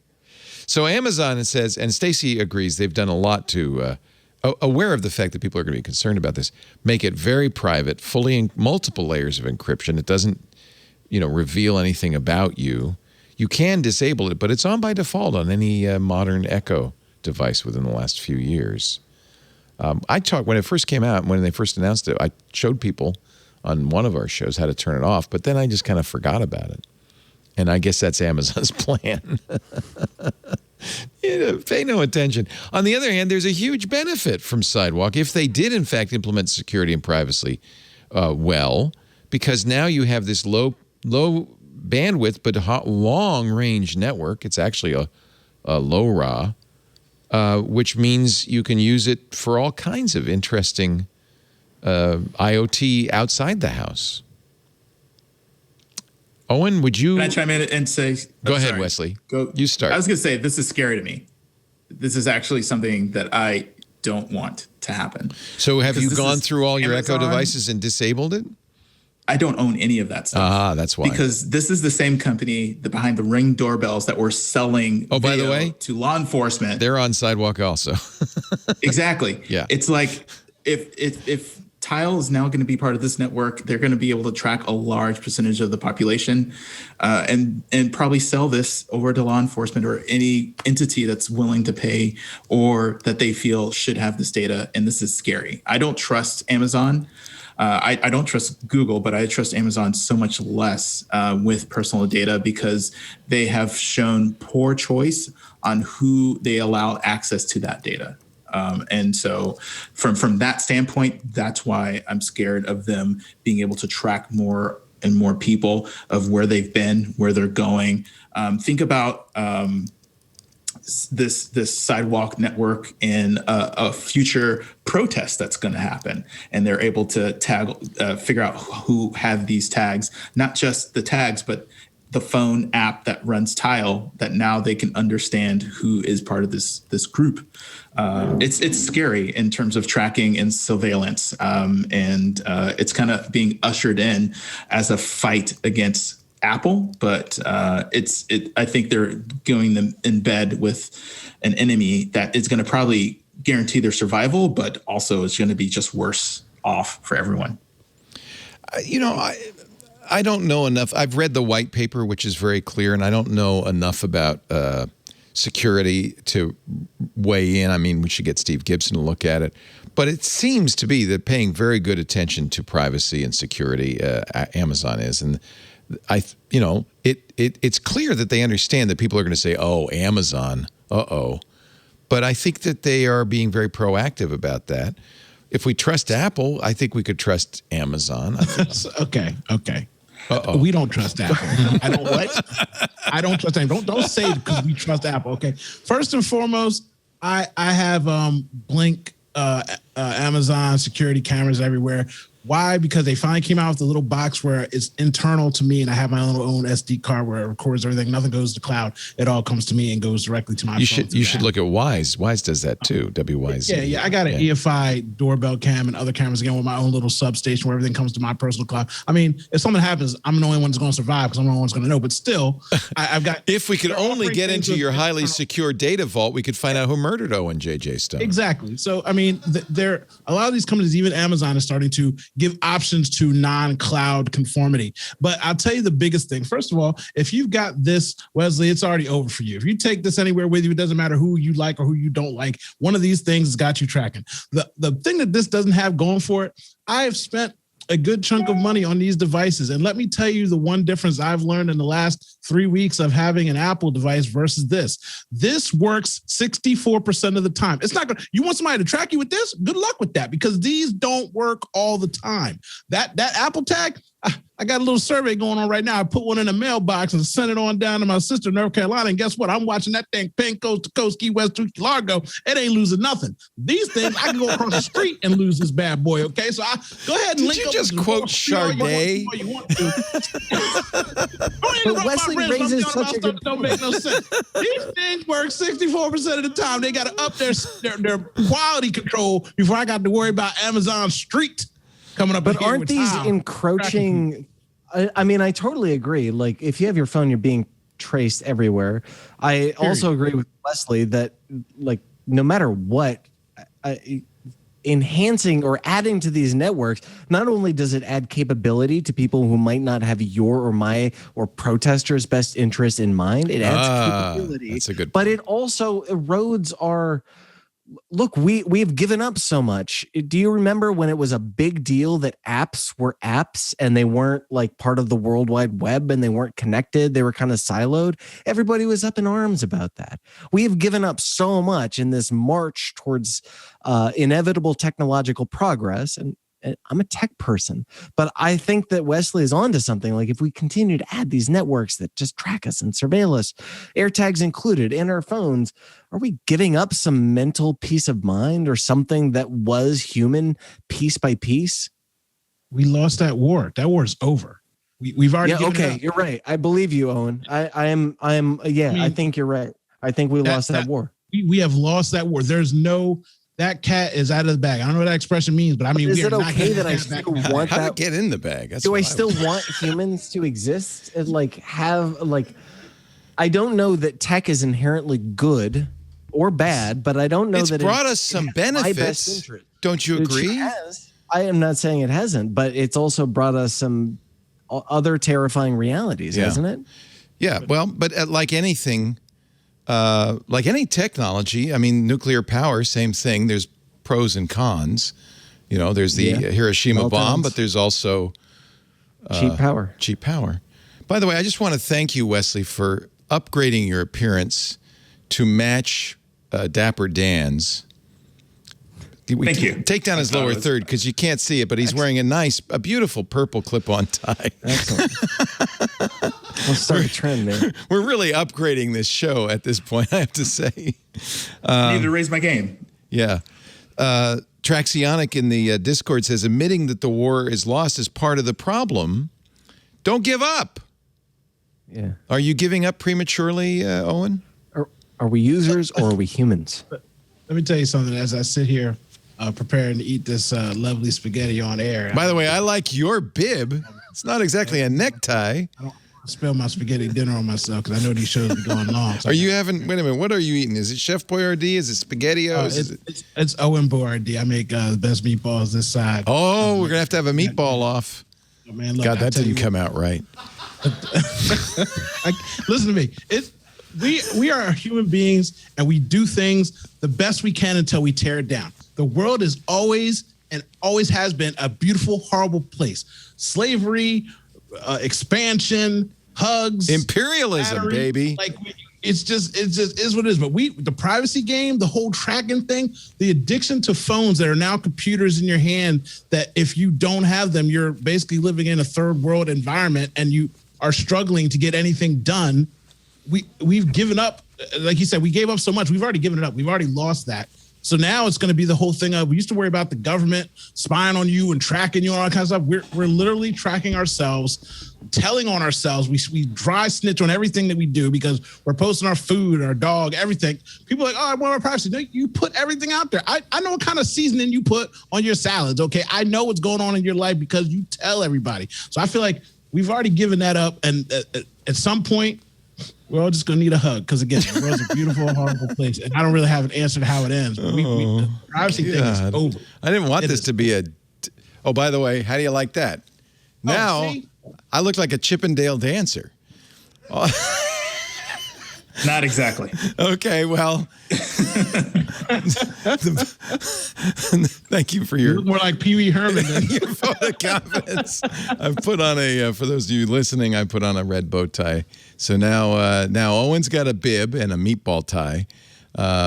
Wesley's got a purple clip on, and of course Dan is in his Dan. CBS side note, radio just for the news internet, outfit. Side note, just for you keep saying radio. It's not radio. Is it TV? No, just TV. It's CBS News. I mean, I love radio. Wait a minute. CBSN is not radio. It's TV. Yeah. Wow. But I work for just CBS News, like just the CBS. Do you do TV hits for them? Yeah. I know. I thought you were a radio guy. I don't know why I thought you were a radio guy. You were on Twitter. I worked for ABC News Radio 10 years ago in 2008. I'm stuck in the 2008. No, I mean, when I started doing Twit, I was working for ABC News Radio. But yeah. I mean, we do hits. Are you a reporter? I mean, I'm watching CBSN right now. It's like a TV. It's like a streaming news service. Like it's CBS News, but it's a stream. Yeah.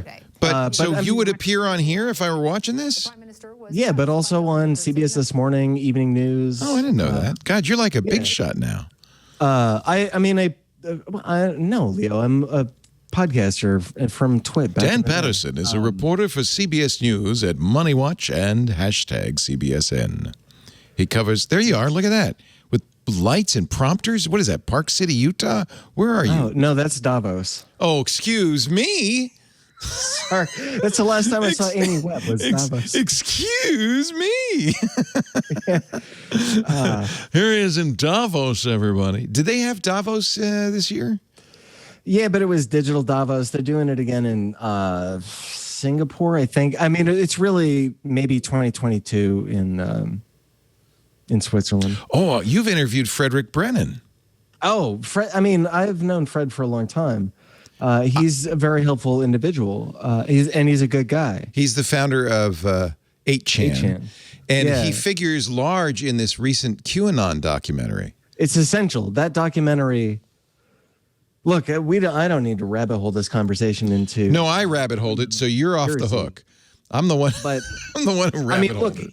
Look, if QAnon or conspiracies like QAnon and even misinformation is the end point of what happens on social, this phenomenon that we've been talking about here on Twit, but it also percolated on places like Facebook, Twitter, YouTube, Instagram, and but it was in fact 8chan and its successor. Well, it started on 4chan. 4chan as kind of a LARP. Somebody 4chan then jumped to 8chan and was metastasized there, and people like Fred were there at the time. He kind of helped it for a while in that documentary. I was starting to think Fred might have been Q. He's definitely not. I mean, he understood. I had nothing. I didn't understand this group. I had heard about them in early 2018, but I was doxxed and sent. I mean, the craziest. Yeah, in the fall of 2018, I covered a mass shooting in Pittsburgh, and as a result of that, I had the synagogue shooting. Yeah. And that was CBSN. And we were live on air for that for quite a while.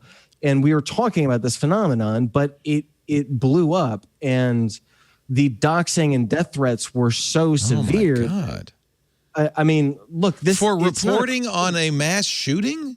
Everyone who covers QAnon has the same experience. They will dox you, brigade you. They will share your information in private channels. Some of them claim that they also used bots to amplify some of the harassment. But it was every single time I would go on air, within seconds, my Twitter would light up.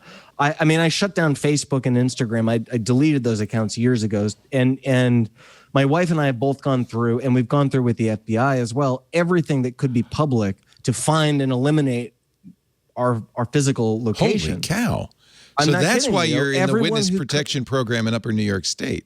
Well, we talked to the FBI, and what they would often say is that we can't tell you the particulars about a case or about a particular instance, but what we can tell you is when there are things that might impact you. So yes, this incident, like Thanksgiving morning, I woke up to a threat that just said, "You're effing dead in 2020."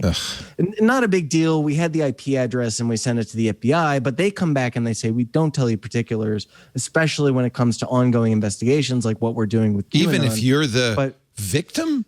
Well, what they will tell you is that, like, this is an actionable, this came from an actionable suspect, and they told us that this was in Houston and that we should, look, again, this is a long conversation. Take it seriously. It's not about me. Yes, take it seriously. CBS took it seriously. Like, good. I mean, I had detail going to and from work for quite a while. Good Lord. I had no idea, Dan. I'm so sorry. It's not me, though. I mean, like, it's interesting to share this, but what's important to know is that it's not about me. Every reporter who covered QAnon and similar conspiracies experienced the exact same thing. And what that means is that it's systemic harassment designed to attack those who are talking about these, we can laugh at these emerging conspiracies, but these emerging conspiracies who had political motivations. And the way this ties into tech is that these were weaponized, they metastasized on Facebook in particular. Yes. And although we can talk about 8chan and 4chan, those were teeny in comparison to what happened on Facebook. And it's not just happening to me, it's happening to so many people that once Facebook cut off the spigot and Twitter cut off QAnon, you could instantly see this change. Like, suddenly there was not this huge flood of harassment and threats coming from them.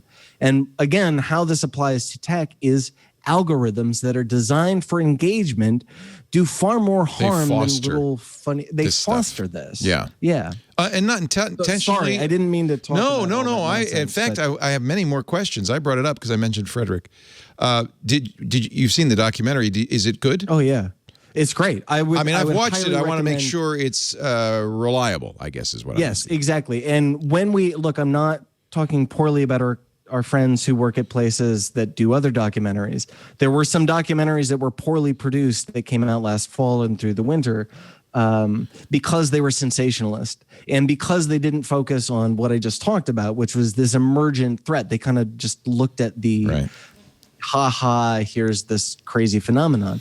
But Colin's documentary, Into the Storm, Colin Hoback, the director. He has incredible He followed footage. Everybody for a long time. And in fact, at the end of it, it's a 6-part documentary on HBO. It's on HBO Max. I recommend it if you have HBO Max.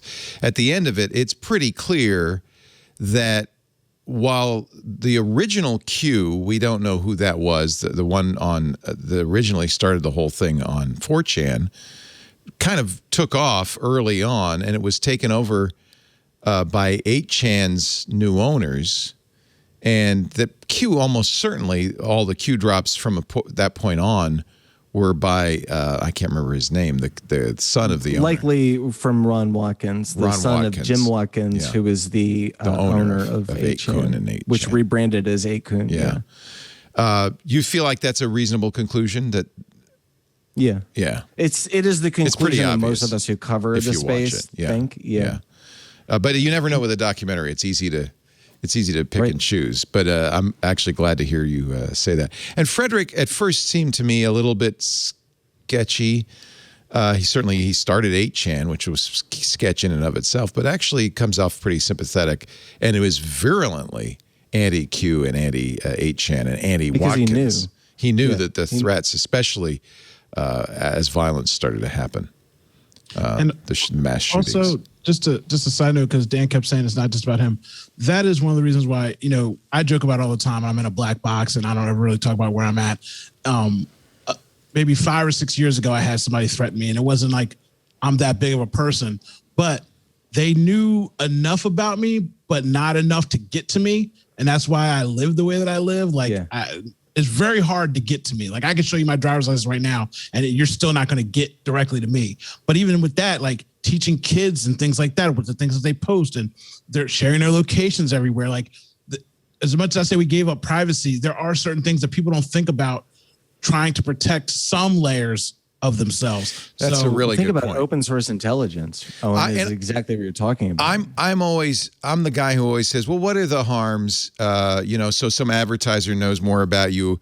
You get ads that are targeted against you.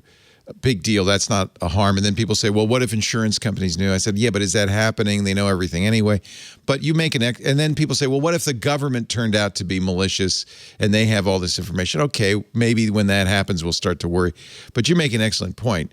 These guys, we don't know who the hell they are, and they're terrifyingly scary, and they're very willing to use whatever information they can get. And apparently they're very good at getting information. That's pretty scary. Do you think that has something to do with why the Republican Party is acting the way it's acting? Are they just afraid? I will put it to you like this. I talked to Fred, pretty regularly through the process, like for years. But I talked to him on camera the last time in January, and I just asked him this really simple set of questions about the future of, this was just after the insurrection, the future of the Republican Party when it comes to, and I'm not a partisan, I'm not a Democrat or Republican, but when it comes to these extremist factions, which are undeniable.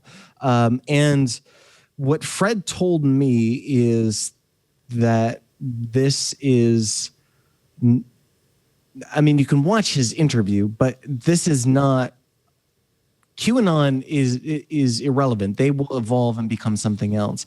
But the elements that created QAnon is not going away, and that they have not just infiltrated the Republican Party, but they are components of it in large part because of disinformation and misinformation. So some of QAnon, and I know some of these people, they've been hoodwinked. They're true believers, but they're hoodwinked. It sounds like, though, they're malicious actors who are using this for other reasons. There are people who understand how to exploit these groups. One of the people that shows up in the documentary, somebody you covered, is the founder of Anonymous. Aubrey. And Aubrey says this is the playbook that we invented. Yeah. Isn't it? It is now being misused. Like trolling like hyper trolling, meta trolling. It's very interesting. And I mean, we see the evolution and the expression of QAnon in people like Marjorie Taylor Greene. And again, I'm not a partisan, but I mean, the rhetoric and behavior that she uses, and she posted a number of videos that were pro-Q. Well, if nothing else, it shows people you can get away with this. You can get away with the big lie. That there is a playbook that you can follow, and you know what stopped people before is, well, I don't know, could I get away with this? Would I go to jail? Is this going to be a problem? Apparently not. So people who have this bent can now say, there's a playbook. Here's how you can play the public, troll them, make money, and pursue a big lie. Post-truth. Post-truth. It's very scary to me. And yes, look, this show gets political from time to time, but this is more than politics. This is about technology and about how it is being used. It's what we began the show with, is this whole issue of social. And now I have to say, given what you said and what Owen has said, I'm very open. People, the other day I posted a picture that had my home address on it, for crying out loud. And some very nice people in the Discord took it down before anybody saw it, I hope. Because it's all public record. I figure people know that stuff. But I think maybe it's smart. Owen, I'm going to need some OPSEC training from you. I can hook you up real quick. Yeah, Leo. Yeah. I learned most of my tutelage from elder black folk. Keep stuff in your baby name. You know what I mean? You got stuff in your brother's name. You know what I mean? Wow. My name. You know what I mean? You got to find me. It's too late for me. Yeah, because when you buy a home, it's public record. You're voting, and everybody you contribute to is public record. It includes addresses and phone numbers. It's not hard to find that out, and technology's made it much, much easier. You had to go to the county seat and ask the clerk. Corporation isn't buying your house for your Uncle Leo? I got to start doing that. We aren't using the corporate company to buy the house. I got to start doing that. I'm afraid not. Why are we not writing this stuff off? What are we doing, Uncle Leo? Who's your tax guy, baby? I'm not smart about this stuff. I'm broke down here. I don't own nothing. Ain't nothing in my name. Okay. They got to hit my LLC. They want to take something from me. But it's interesting. I don't own nothing. It's interesting because you've learned from elders in the black community, because this has been a problem. If you're black, has been a problem for 400 years. So it's interesting that different mindsets, but it is a different mindset, but it's not so far-fetched, right? Oh, it's definitely not. And again, when I would hear my grandmother talk about things in her time period, they were for totally different reasons of why they moved from Alabama up here, and they brought the whole family because they had to escape. Even though people I love when people always tell me all the time, you weren't a slave. I was like, again, yeah, slavery was a long time ago, but people were still very badly mistreated in certain parts of this country. Still are. You did not escape. Still are. You weren't going to make it. Yeah, I mean, I'm trying. This is America. Got my bootstraps, pull them up. I'm doing pretty good. I'm not trying to cry about everything, but I mean, there is definitely a different kind of mentality on protecting yourself and your loved ones from different threats. Now the threats change. Maybe you want to turn off that Amazon Sidewalk feature on your Echo. It launches June 8th, by the way.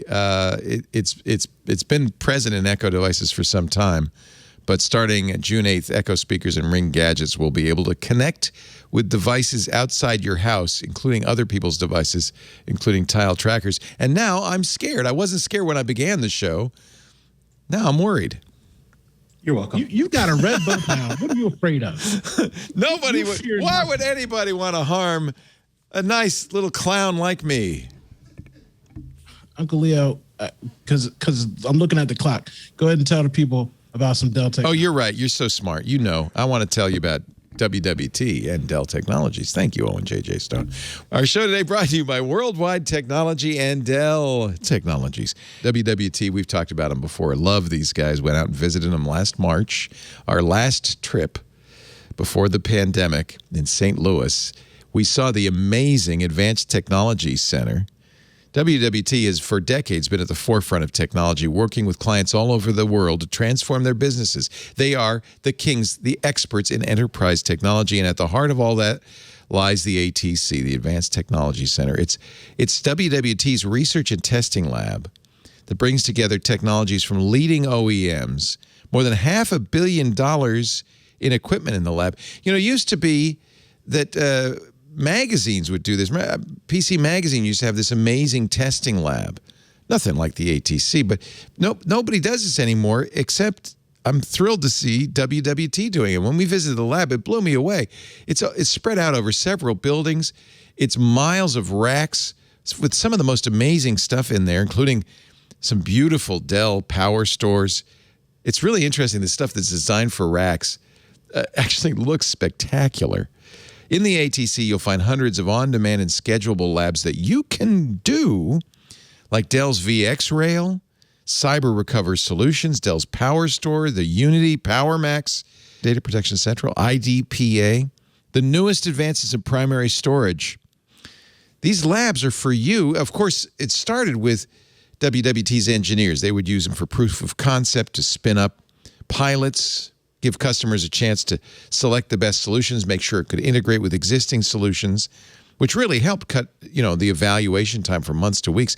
But now these labs are available to everybody in the WWT community.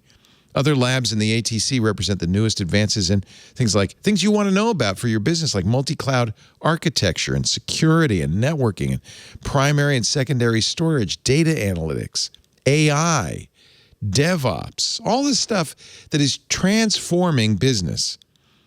The ATC is there for you. They call it Lab as a Service. You could test out products and solutions before you go to market. It's not just labs. You can access technical articles, get expert insights. There's demonstration videos, white papers, so many tools to help you stay up to date with the latest technologies. And it is a physical lab space in St. Louis, but you don't have to go to St. Louis. I would recommend it if you get the chance. I can't wait to go back. But you can also do it online because it's a lab as a service.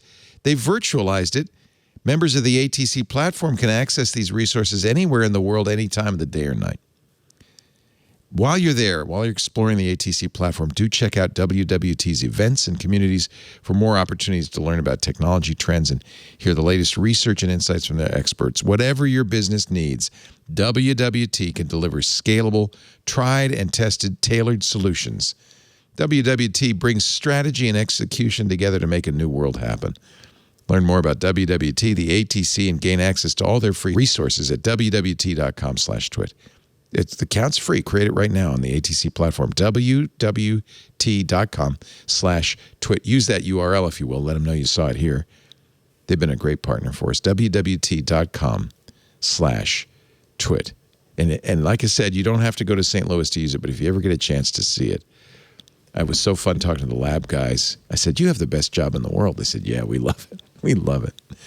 wwt.com/twit. Thank you, WWT, for your support. All right, so Tuesday, this is, it gets heavy, but then we get back to shiny things. Joyce cheers me up. Tuesday, I think, is going to be a big day for Google. Google took a nap in 2020. They didn't even bother doing Google I.O. They said, it's too much trouble. But they're going to do a Google I.O. The keynote is Tuesday. We will be covering it. We'll be streaming it live. Jason Howell will join me. What is that, 10 a.m., John, Pacific? Pardon me? And Jeff Jarvis. Oh, good. That's great. Jason Howell, Jeff Jarvis, and I will be sitting at this table watching the keynote with you. It's 10 a.m. Pacific. That's 1 p.m. Eastern Time, 1700 UTC. You can watch live at twit.tv/live. Sundar Pichai kind of telegraphed this in the analyst call a couple of weeks ago. He said, we've got a lot of interesting things. We got some big stuff to talk about. I think the nap time is over for Google. And I'm very curious. One of the things that's starting to leak now, normally they announced the new Pixel phones in the fall. Pixel 5, I didn't even bother because it was hardly any change. This one's going to be a bit different. We're already seeing design leaks. John Prosser, who is pretty good on these, leaked a design on his YouTube channel, Front Page Tech. He says these are the Pixel 6 and the Pixel 6 Pro. These are renderings. The front screen will go it is full screen, a very small hole punch for the camera, the front camera. Very tiny bezels. There is an in-display fingerprint reader note. It's not the first we've seen. Others have done this, but be interested to see how Google implements it. The back is two-tone. Camera module is the full width. It actually is the bar. And by the way, it's not a camera bump anymore. It's a camera bumper. That is a big raised bar on the back. Perhaps that's a flaw in the rendering. We'll have to see. And the Pixel Pro 6 includes a third rear camera not found on the Pixel 6. So it'll be interesting to see new capabilities. Google took some time off in 2020. The other thing we know is Google's going to do a custom system on a chip, including a custom processor. You mentioned that, Wesley. Or is this Google looking at what Apple's done and saying, "Hey, we should do that too"? Yes, and also not to knock Qualcomm, but their leaps have becoming shorter and shorter as they improved. And I'm not sure if you remember. I have a Pixel 2. I mentioned this in all out. Holy cow! Android, but a Pixel 2. That's when yes, but that's when they had the the image processor, their custom silicon in that phone to help push image capture to the next level. And now it's kind of like, so that was the big jump. Do you think the Pixel 4 and 5 were pretty much the same as the Pixel 2? To me, yes. They added solely to the Pixel 4 I'd agree on that to the too. Pixel 5. Yeah. And so this is something that could actually help them leap into the next level of whatever they want to optimize. You mentioned the additional camera, so hopefully maybe they're doing something with that optimizes it. But just from the design, it looks better than it's pretty. Any other phone out there. Not saying it looks like a lot better, but it looks different enough that you can say, oh, I know what that phone is. Right. All the previous Pixels were kind of like, they kind of blended in, especially if you threw a case on it. This is something, even with a case, it'll stand out, which in itself, regardless of what they're doing inside, is exciting for the Pixel line. It feels like not only Google take a nap in 2020, and you can explain that with COVID. Okay, fine. Although Apple certainly did not, Microsoft certainly did not, but Google seems to have taken that time to rest. But it also seems like they lost the guy who was behind their really innovative cameras. They were the best cameras out there. The Pixel, though, seems to have also lost its way. At first, it was a low-cost reference design for people who wanted to get the best Android experience. Then they started charging flagship prices for it. Then it started to become, oh, that's the one with the best camera. But then they rested on those laurels. It seems to have really lost its way. So this would be a good time for Google to sit up and say, okay, we found the mojo. It was in Sundar Pichai's back room, and we're going to bring it out again. I want them to do that. We need the competition. Yeah, and they need even that if it's Microsoft good mentality. Yeah, they need that Microsoft mentality too of like taking a loss to get it in people's hands. It's one of those weird things where you have a lower end phone, not lower end, you have a lower cost phone. And I knew so many people that are like, that must be like a cheap phone because I'm paying $1,200 for a Samsung. I'm paying $1,200 for an iPhone. Why is this phone only $700? Whatever it's lacking, I don't want that. Like that's a general concept of average people that when you talk to them about, oh, have you looked at this Google phone? And they're like, no, because they think it's cheap. But then they try to raise the price and it's like, okay, well now you got these two tiers. Now you got too many options for somebody who's not market share dominant. Samsung can afford to have an S Plus, an S Lite, an S Gigabit, an S tablet, S Note. Like they can afford that leisure. Google cannot. Google needs to really hunker down and focus and produce a great phone again. Yeah. Yeah. I agree with you, Dan. Unfortunately, if it is good, they also don't have a track record of continued success. So this also could be a blip where it is good, but that doesn't mean it's a trend, unfortunately. Yeah. Hopefully Apple's threatening these people. Hopefully, like what I said earlier, I just assume that all these companies are talking to each other, trying to form a Voltron. Like they need, like, look, we need to come together and have some semblance of fight to put up against what Apple's doing. Because Apple is creating a great wall that is impenetrable. And all these other companies are scrambling. Yeah, you better make your own chips. You better have your own sauce. That sauce better be good. You better consistently serve that sauce to try and climb out of this hole that Apple's put everybody else in. Because it's dangerous right now. Apple is smooth sailing with its mobility. And their computer's not so much. Microsoft, I built a PC. My PC is a baller. But now I got this little M1, You know what I mean? This little Mac Mini, they try to pull me back in the game. You know what I mean? Because but can I say this? Now they trying to get me back. And I don't want to say I'm very excited about the M1. I'm very excited about Apple doing its own silicon. I feel like Intel's kind of talking about taking the big sleep. Intel hasn't done anything in years. But has Apple really, and it's early days, so maybe they will, but has Apple really done anything besides say we got our own silicon? I mean, they haven't really done anything that takes advantage of this. I feel like part of the problem is everything we've got right now is really faster than we need. It's fine. Okay, so your Pixel 2 is fine. It's 5 years old, but it's fine. I'll tell you from my point of view, because I can't, I got an R6 back there, but I'm shooting on my R5, my Canon R5, and it shoots 8K. I have a AMD Threadripper. I've got an NVIDIA card in here. I've got 16 gig. Like, I'm pretty maxed out. I got 128 gigs of RAM in this thing. And guess what? For 8K video, I still have to make proxies, and this thing chugs along, and it sounds like a jet engine. With this Mac Mini, by itself, using Apple software, I can actually import 8K raw video, and it's not smooth, but it works. And I don't have to do anything to chop it up and use it to work. Like, that's power for my case use. For somebody, even my R6, the files are so large, my PC, I have to do certain things to make it run right. But whatever they've got going on, all this hand shaking that they're doing inside of this little thing, it even works on my iPad better than it does on my computer. Now, I can still edit it on my computer. I know the workarounds. I know how to do it. I know how to get the job done. But this little thing has impressed me with just my case use of that. Like, I just take this raw footage out that's huge, and it just works on this machine. I don't have to do anything. Like, it just works. So they're doing something. It's quiet.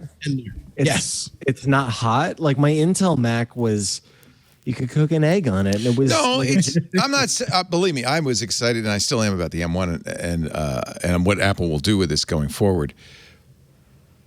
But it does. But look at the iPad. It's so overpowered. As an example, they're putting the M1 in the new iPad with 60 gigs of RAM. They've never had more than 6 with a 2 terabyte storage device. That's a desktop computer at a by the way, a desktop price. You got a desktop in your hand, Uncle. But it's running iPad OS. But it's like, I don't think people are going to get the benefit of it. I don't know. That's true. And what are they doing? What are you? I mean, besides 8K video, okay, good.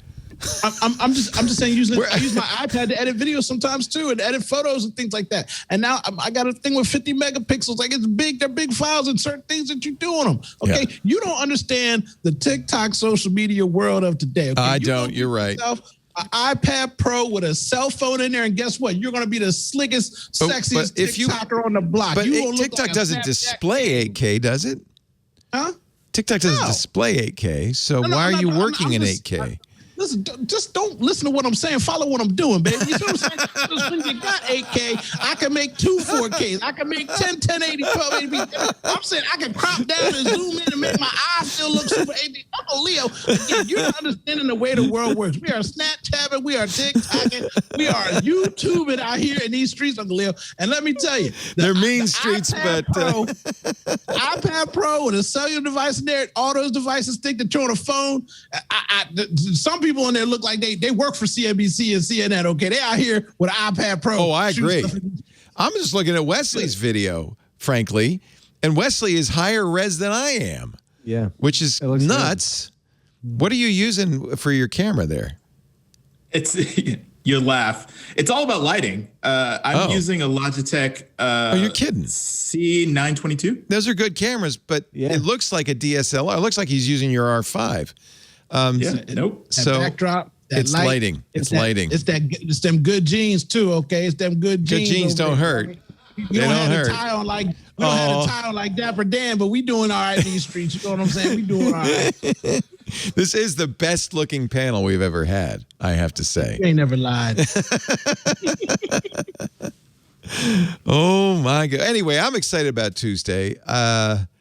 You look, if you're going to have walled gardens, you want everybody competing vigorously, at least. I mean, I'd like to see everything be open. That's not going to happen. So at least you want everybody competing vigorously. You don't. The worst kind of walled garden would be what Microsoft had in the 90s, which is a 100% dominant walled garden. Then that's bad. Could this just be Google picking up where Intel and Qualcomm have kind of stumbled? I mean, they just I think that was Wesley's point. Yeah, right. Yeah. The incumbents talk about sleepy. They were resting on their laurels. It's the innovator's dilemma. Intel is doing really well making integrated chips and systems, integrating their business, making their own stuff. All of this stuff they got very invested in. It spent billions of dollars on fabs. And then it turned out that wasn't the way to do it. The fabless guys came along like Qualcomm and ARM. And it's like, whoops. But we've put so much money into it, we can't pivot. And that's the problem, right? In fact, in a way, that's why Microsoft's kind of impressive, because they're one of the very few companies that made the pivot and made it work, in my opinion. It's the lack of creativity in these companies. Is that what it is? Or just the lack of willingness to undermine their incumbent business? If you're living, on selling a certain product, it's hard to say, well, we're going to do something. That's where Apple's been pretty good. I don't know if they're still good at it. But if they don't do it, someone else will, right? That's true. One thing that I'm looking for, like I brought this up before on All About Android, is will they talk about AI and ethics? And because that is in the news. They will. And that is a brain drain. They will. That they have precipitated on themselves. Oh, you're talking about their AI ethics committee. And of course, they lost Timrit Gebru. Not lost. They got rid of. Fired. To the curb. Yes. Yeah. That's a very good point. That's actually been a real problem. In fact, another person from their AI divisions has gone to Apple now. He quit because of the firing of Timrit Gebru. And now they're going to try to, they said they're going to double their AI ethics team. Oh, that's interesting. How are they going to find people? Who wants to work for them? They will not get the best of the best when they have this reputation, and which means that it's going to cause some backup and some slowdown. They need to convince people that they understand they made a big mistake, and if we're going to have an AI ethics team, we've got to give them independence, and we can't say, "Oh, we don't like what you're saying, so bye-bye." That's not going to work. It's not going to work, but they've already doubled down, and they've avoided talking about it. And so there's a big stage coming up on Tuesday, and if they do it again, then that will be interesting. And I bet they're going to just talk about the the Google Assistant too, and hype that up and how great it is, and how can you not mention this big elephant in the room? I think the silence will be deafening unless they find a way to address this. Yeah. Sammy Bengio left because of the firing of Margaret Mitchell and Timnit Gebru and went to Apple, where he's now working under another former Google AI researcher, a very talented guy named John Giandrea. So that hurts you. Yeah. What does Sundar Pichai say? If, in your opinion, Wesley, does he come up on stage and say, "We blew it"? I would love for him to say that, but he's not, because of probably legal liabilities for the company. Oh, yeah. That's too bad. I brought this up before, that they should just bite the bullet. Yes, they get sued, pay the fine. They get sued all the time and pay the fine. Why not do it for this reason? Yeah. And be able to resurrect some of this nascent talent that they had before, and just bring people back and make it welcoming and really make amends in the community. But my guess is they say the same thing, the boilerplate, like we are reinvesting, we're doubling down. We're so sick of that. We've learned a lot, very... That mealy-mouthed stuff. Yeah. Yes. Corporate BS. We are committed to this, all that stuff that just doesn't really mean a hill of beans. Mike Elgin said something when he was on Twitter a few months ago that actually shocked me. But then after I thought about it, I said, you know what? He's right. He said Sundar Pichai is the worst CEO in Silicon Valley of any big tech company. And I have to say, since Larry Page and Sergey Brin left, I guess you could even say since, what's his name left, Eric Schmidt, Google has not been performing well. They've really had trouble. They've canceled a lot of projects. They haven't shown any exciting new stuff. They've shown stuff like that Google Duplex that they've never shipped. Remember they showed the Google Buds with a simultaneous translation. And this was at a Google I/O 3 years ago. Yeah, where are they at? I need that. That was so legit. Like, I need that. It was cool, but they couldn't do it. I bought them. They don't stick with anything. They don't stick with anything. Like I said, that's what I mentioned with the Pixel. It might be a good version, but they don't have a good track record. Yeah. You have to lay that at Sundar Pichai's. You have to say that's Sundar Pichai's fault, don't you? Yeah. Yeah, they need to iterate. They need to say, okay, we listen to you. And this is kind of like the same thing with this AI ethics. They are not listening to everyone yelling at them. And they think that they have all the right answers. And that is their Instead, they're inventing they make that mistake. Inflatable privacy pod pillows that look like you're getting eaten by a bug. Wesley, it's fascinating. Is that thing you got on Kickstarter? So long. Yeah. No, that's not the thing I got on Kickstarter. But if I could buy it on Kickstarter, I would. Go ahead. I'm talking about, did you see that? We talked about it last week, the New York Times article where these new Google offices where if you want privacy, I guess you press a button and this robot comes around and then spreads out and slowly inflates, and I mean really slowly, like it looks like it takes about 10 minutes, inflates this luminescent pillow around you so nobody can see what you're doing. That's where Google's putting all its energies. Not a good idea. I'm sorry, Dan, go ahead. No, I just remarked that they have not only made this mistake, but they've been deaf for so long. Yeah. Well, and Apple, this is a problem with big companies these days. It's very hard. Apple hired a guy named Antonio Garcia Martinez, former Facebook employee. If you read his book, Chaos Monkeys, which apparently nobody at Apple did, you would have said, maybe we shouldn't hire this guy. He's been fired. Employees had circulated a petition on Wednesday saying, you got some explaining to do. Apple, explain why you hired this guy. Because he has made statements that are his published views on women and people of color are reprehensible.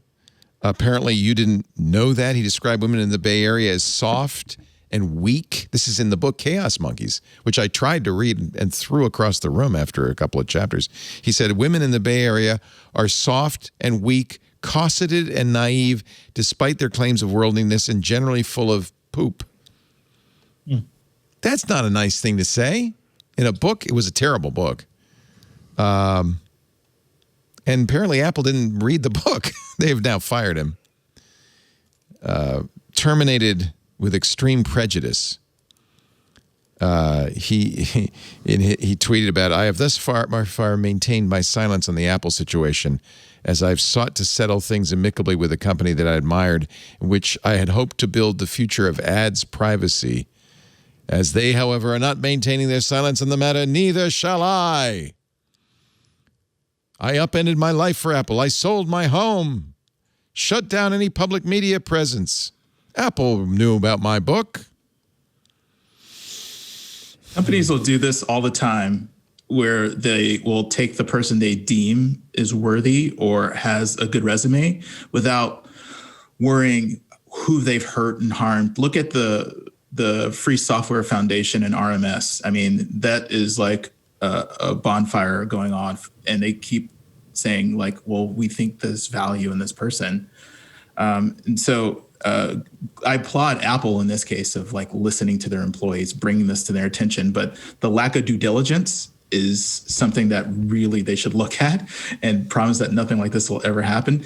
But continuously, people are not looking at the harms people do to these marginalized or underestimated communities when they are looking to hire folks. And until that's fixed, we're going to still see these stories. You don't think it's Apple saying, believing in redemption and the guy, he says Apple was well aware of my writing before hiring me. My references were questioned extensively about my best-selling book and my real professional persona rather than the literary one. How diverse was this team that looked at this? Yeah. Saying, I don't see anything offensive by this. Yeah. Bay Area women are cosseted. Yeah. Exactly. Yeah. Companies, especially Apple, but companies in general, they just can't do that anymore. I believe in redemption and forgiveness, but there's some things you just don't, you could see how. You got to do the work. You got to do the work. Yeah. You don't get forgiven unless you apologize and change. Right. But if you are staying in that lane and just pushing forward, I don't think you deserve to keep going. And you should not enable these people to amass more power and more influence. Yeah. Look, our business priorities do not optimize for forgiveness. No. Good point. Elon Musk says, first he said you can buy Tesla with Bitcoin, and then somebody pointed out that might not be the most environmentally friendly way to buy an electric vehicle. So Tesla has retracted that offer. You can no longer buy a Tesla with Bitcoin, which seems sensible. I wonder if you'll be able to buy it with Dogecoin a little later on. Elon seems to really be big on. Can I ask you a question? Yes. About this? So, do batteries come from flowers and sunshine? No. Where are batteries made from? Where are batteries mined from? How do we get batteries? Are batteries made from ice water? Your contention, and I'm going to say this up front as a proud owner, not only of a Tesla, but now of a electric Mustang Mach-E and of a Chevy Bolt. You're saying, as many do, that electric vehicles are not as green as they pretend to be. They are not. It's not even a question. You're the guy with gasoline in his trunk. Is that what you're saying? Look, let me tell you something. I got gas in my pocket right now. Okay, I'm a fossil fueler until I can afford to get the top of the line Tesla. Actually, I'm waiting for that Cadillac. That electric Cadillac come out. Your boy gonna get one of those, and I'm gonna be plugging up. I agree that you have to mine lithium to make these batteries. But have you ever seen a mine lithium? Do you know what it looks like? Disgusting. No, that's strip mining. Like? I know. I mean, but most people haven't seen it. You should bring that up on YouTube or watch some videos of what it looks like when people mine for these things. Or like I said, him saying this is just so outlandish and so ridiculous to me. If that was the case, he's one of the smartest, richest, dumbest people on planet Earth, because he didn't just start mining Bitcoin last week. He went and made his little smooth money off of it. Spewing gasoline is not exactly spewing gasoline out the back pipe of your car is not exactly a good thing either, Owen. You would agree. The same thing I told you earlier about America and the FDA, baby. We are killing ourselves slowly in everything we do. And pointing out that one thing is bad while you're still doing something bad yourself doesn't make you a superhero. It makes you a hypocrite. I like my electric vehicle, and they are working on working on recycling lithium batteries. They are able to do that now. I like my Bitcoin too. So you can like your electric, and I can like my digital currency. Okay. What about the private equity firm which bought a decommissioned power plant to mine Bitcoin? How about that? I missed out on the investor call on that one. I had my money ready. Now I'm really upset that I didn't get to put my money in. This power plant. I'm just waiting for 42 helium bots to come from China for me. This is a fossil fuel plant. It burns liquid natural gas. Used to be a coal plant. They converted it from that. It no longer powers homes or businesses in upstate New York. Right down the road from you, Dan Patterson. It is now mining Bitcoin. The private equity firm is let me see there. Atlas Holdings purchased the plant and is slowly repurposing it. They have 18,000 specialized machines in the plant mining Bitcoin. They just got approval of their data center expansion. They're going to add 10,500 more. When the project's complete, the miners will be using 79% of the plant's capacity, 85 megawatts, to mine Bitcoin. I'm sure it's economical, but I don't know. Is it a good idea for the environment? Nothing we do is good for the environment. It's my point. So it's all bad. So we should everything we're doing is bad. Just go away. Cows are bad for the environment. Do you know what cows do? Well, you shouldn't eat meat either. You're a vegetarian, right, Owen? Those meatballs are made out of tempeh. I'm not a hypocrite. I know that everything I do is bad. I could have a heart attack on this show right now from all the brisket I done smoked in the last 6 months. I understand what I'm doing. No, that's different. Brisket's okay. Brisket's good. Brisket's good for the environment. Elon Musk can't say what he's saying, shooting off rockets into the sky like it's just water vapor coming off of those jets and stuff. No, that's true. I could go into the deepest hole with this dude and what he's talking about when he's just manipulating markets. But that's why he puts that stupid little dog on his face, and they're going to put a stupid little coin on the moon because they're pumping up stuff and ripping people off with all kinds of things. Why you make me Do not disagree. I'm going to be quiet. Talk to Dan. Dan's dapper. He looks good. He sounds smart. Say something smart. No, I almost always, Owen, I look to you for leadership, and there's your mistake. That sounds funny, but it's not. I mean, Owen has always been. He's good, isn't he? I mean, always, except I disagree with you about climate change. Not everything you do is bad, and we are in some stuff's worse than other stuff. It's really important for consumers, not just businesses, but it's important for business too. But consumers need to demonstrate that there is a market for cleaner technologies. If we don't do this now, we are really screwed. And we can make changes that acknowledge the science of climate change and that we do have an impact, and our behaviors, both our business and our consumer behavior, can change that. Oh, and I sound like an asshole when I say that, though. I don't mean to. No, Dan. I believe in everything else you said. I'll say this to you to ask a real question of things that bother me in the world, right? So let's just say a cleaning product. A company has a product that's quote unquote bad for environment, chemicals, all that kind of stuff. They make a green product from plant-based. Everything's wholesome. Your dog could eat it. Everything else they say is just as good as their other product. All I want to know is, when are people going to say, okay, stop making that other thing with the chemicals that my dog can't accidentally sniff, and just make the green product? You've shown that you can make this green product and it's good. Why don't you feed your dog brisket? You got a lot of brisket. I want those companies to just, once they find that formula, just stop selling the old stuff. I don't even care if you rebrand and tell me it's the old stuff. Just make it better for me. Though, like you said, that's the thing where we need to make some kind of real change, because we do have options to help. I was being hyperbolic, but we do have things to help the planet. I don't know why we don't should force the things that we can do and just do them. And admittedly, we need power plants, but should you recommission a decommissioned power plant burning fossil fuels just to mine Bitcoin? That seems like there are better things to do than that. Why aren't we using more waterways to create electricity? Well, yeah, I'm just saying. I don't have a problem if you want to build a, dams are another issue. Problem.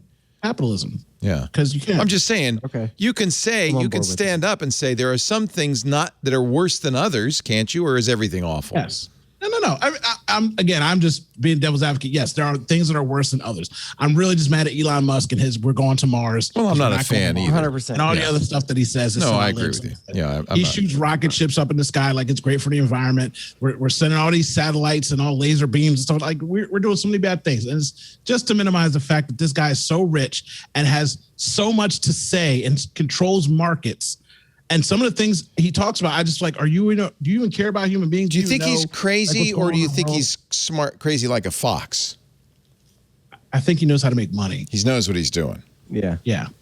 As I said before, he is the king of pump and dump. Pump and dump. Look at, he just does a tweet. Look what he did with money, Dogecoin. Sells it. Yep. Yes. Like flamethrowers, steals memes from people. Yeah. He just takes, and he makes money off of it.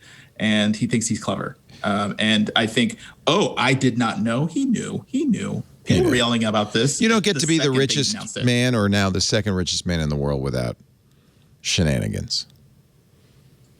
Yeah, and he keeps getting rewarded for it. So, of course, he's going to just keep going. Yeah. I mean, why not? Who's stopping him? He was on SNL. Like, he's getting rewarded. No, of course. Yeah, he's good for ratings. Where have we heard that before? Let's take. I know. I'm terrible for ratings. Coming from you, Leo. I've been told that. No. I've been told that. And an NBC executive said, no. We're not putting you on the air. So I know it's the red bow tie. I think they didn't like that. Our show today brought to you by ExpressVPN. Have you ever wondered why internet access is cheaper these days?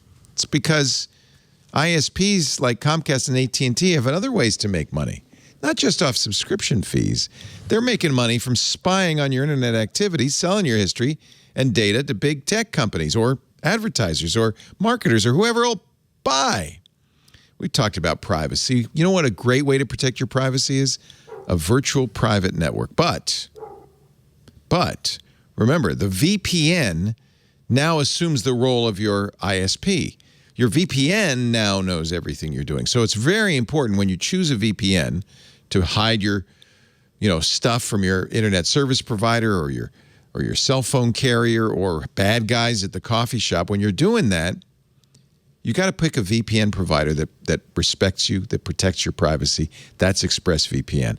And I'm not just saying that, even though I've been using them for years. I know it because they've had third-party audits. They never log, so your information is safe. They even went so far as to create their own trusted server technology. When you press the button, and every ExpressVPN app has this great big button, you press it, suddenly now you're secure. They spin up a server. They call it the trusted server technology. It's in RAM only. It's sandboxed. It can't write to disk. Even if it wanted to, it cannot log.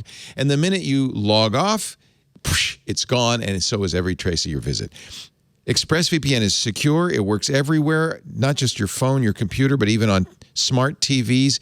You can put ExpressVPN on a router so that your whole family is protected. The other thing I really like about them, they invest in their infrastructure. There are 160 ExpressVPN servers in 94 countries all over the world, and they always give them enough bandwidth so that it's fast. And that's important too. You won't know you're using ExpressVPN, not because it's slow anyway. You'll only know it because your privacy is protected. It's simple to use. Open the app, tap the button. That's it. It's safe, it's secure, it's private. Your data is your business. Protected with the only VPN I use, expressvpn.com/twit. Express, EXPRESS, spell it out, expressvpn.com/twit. Right now, if you sign up for a year, you'll get 3 extra months free. It is the #1 VPN. It is absolutely trustworthy, and that's the most important thing. expressvpn.com/twit if you want to learn more. ExpressVPN. We thank them so much for their support of This Week in Tech. 3 out of 4 for me today, Uncle Leo, because I use ExpressVPN, which I've said many times, and it has my whole house and family on lockdown. So I'm trying to think, what's the one you don't use? Manscaping? I do use Manscaping. So, I do use Manscaping. I got the nose trimmer. I got the never mind. WWT. You've never bought enterprise technology from WWT. Yeah. That's what. So you mentioned this, Dan. Twitter is looking at, according to rumor, a subscription plan called Twitter Blue to include undo tweets. How much would you pay to undo some of those tweets and some other features? This comes from a researcher, Jane Mansion Wong, who has apparently looked at the source or something. She says Twitter Blue will be $2.99 a month for now, including paid featured like undo tweets and collections. She's even got the screenshots. Save and organize your favorite tweets into collections so they're easy to find later. This is Twitter has been trying desperately to figure out a way to make money, to somehow, make a living. Just in general. Can I tell you? Can I talk to Jack real quick? Jack Dorsey, the CEO of Twitter. Jack, Owen wants to say something. Go ahead. So you just did this thing with Twitter tips, right? Okay. All you have to do to make $1 bajillion is go set yourself up with an Only Twitter. Okay. Go compete with OnlyFans. You don't have to take $2.99 from me. You can give me all these features for free if you just make an Only Twitter, where your Twitter is blocked off, because Twitter's like one of the last remaining social media networks where adult content can still be posted on that bad boy. Go ahead and put up Only Twitter and let people go get subscription-based stuff and go see what they want to see over in the dark side of Twitter, and then go get that money and give me all this blue stuff for free, because I need to delete a whole bunch of tweets because I can't spell, I half read right, and I'm typing fast the same way I'm talking on this show. So go ahead and just start up Only Tweets, and everybody gets all the good stuff for free, because you're going to make $1 bajillion next quarter. Send me my 2% advisory fee cut. I appreciate you, Jack. That's how you get money. That's all they got to do. Have you seen the tip jar? Rappers got the tip jar now. You can spend on some Cash App, some Venmo.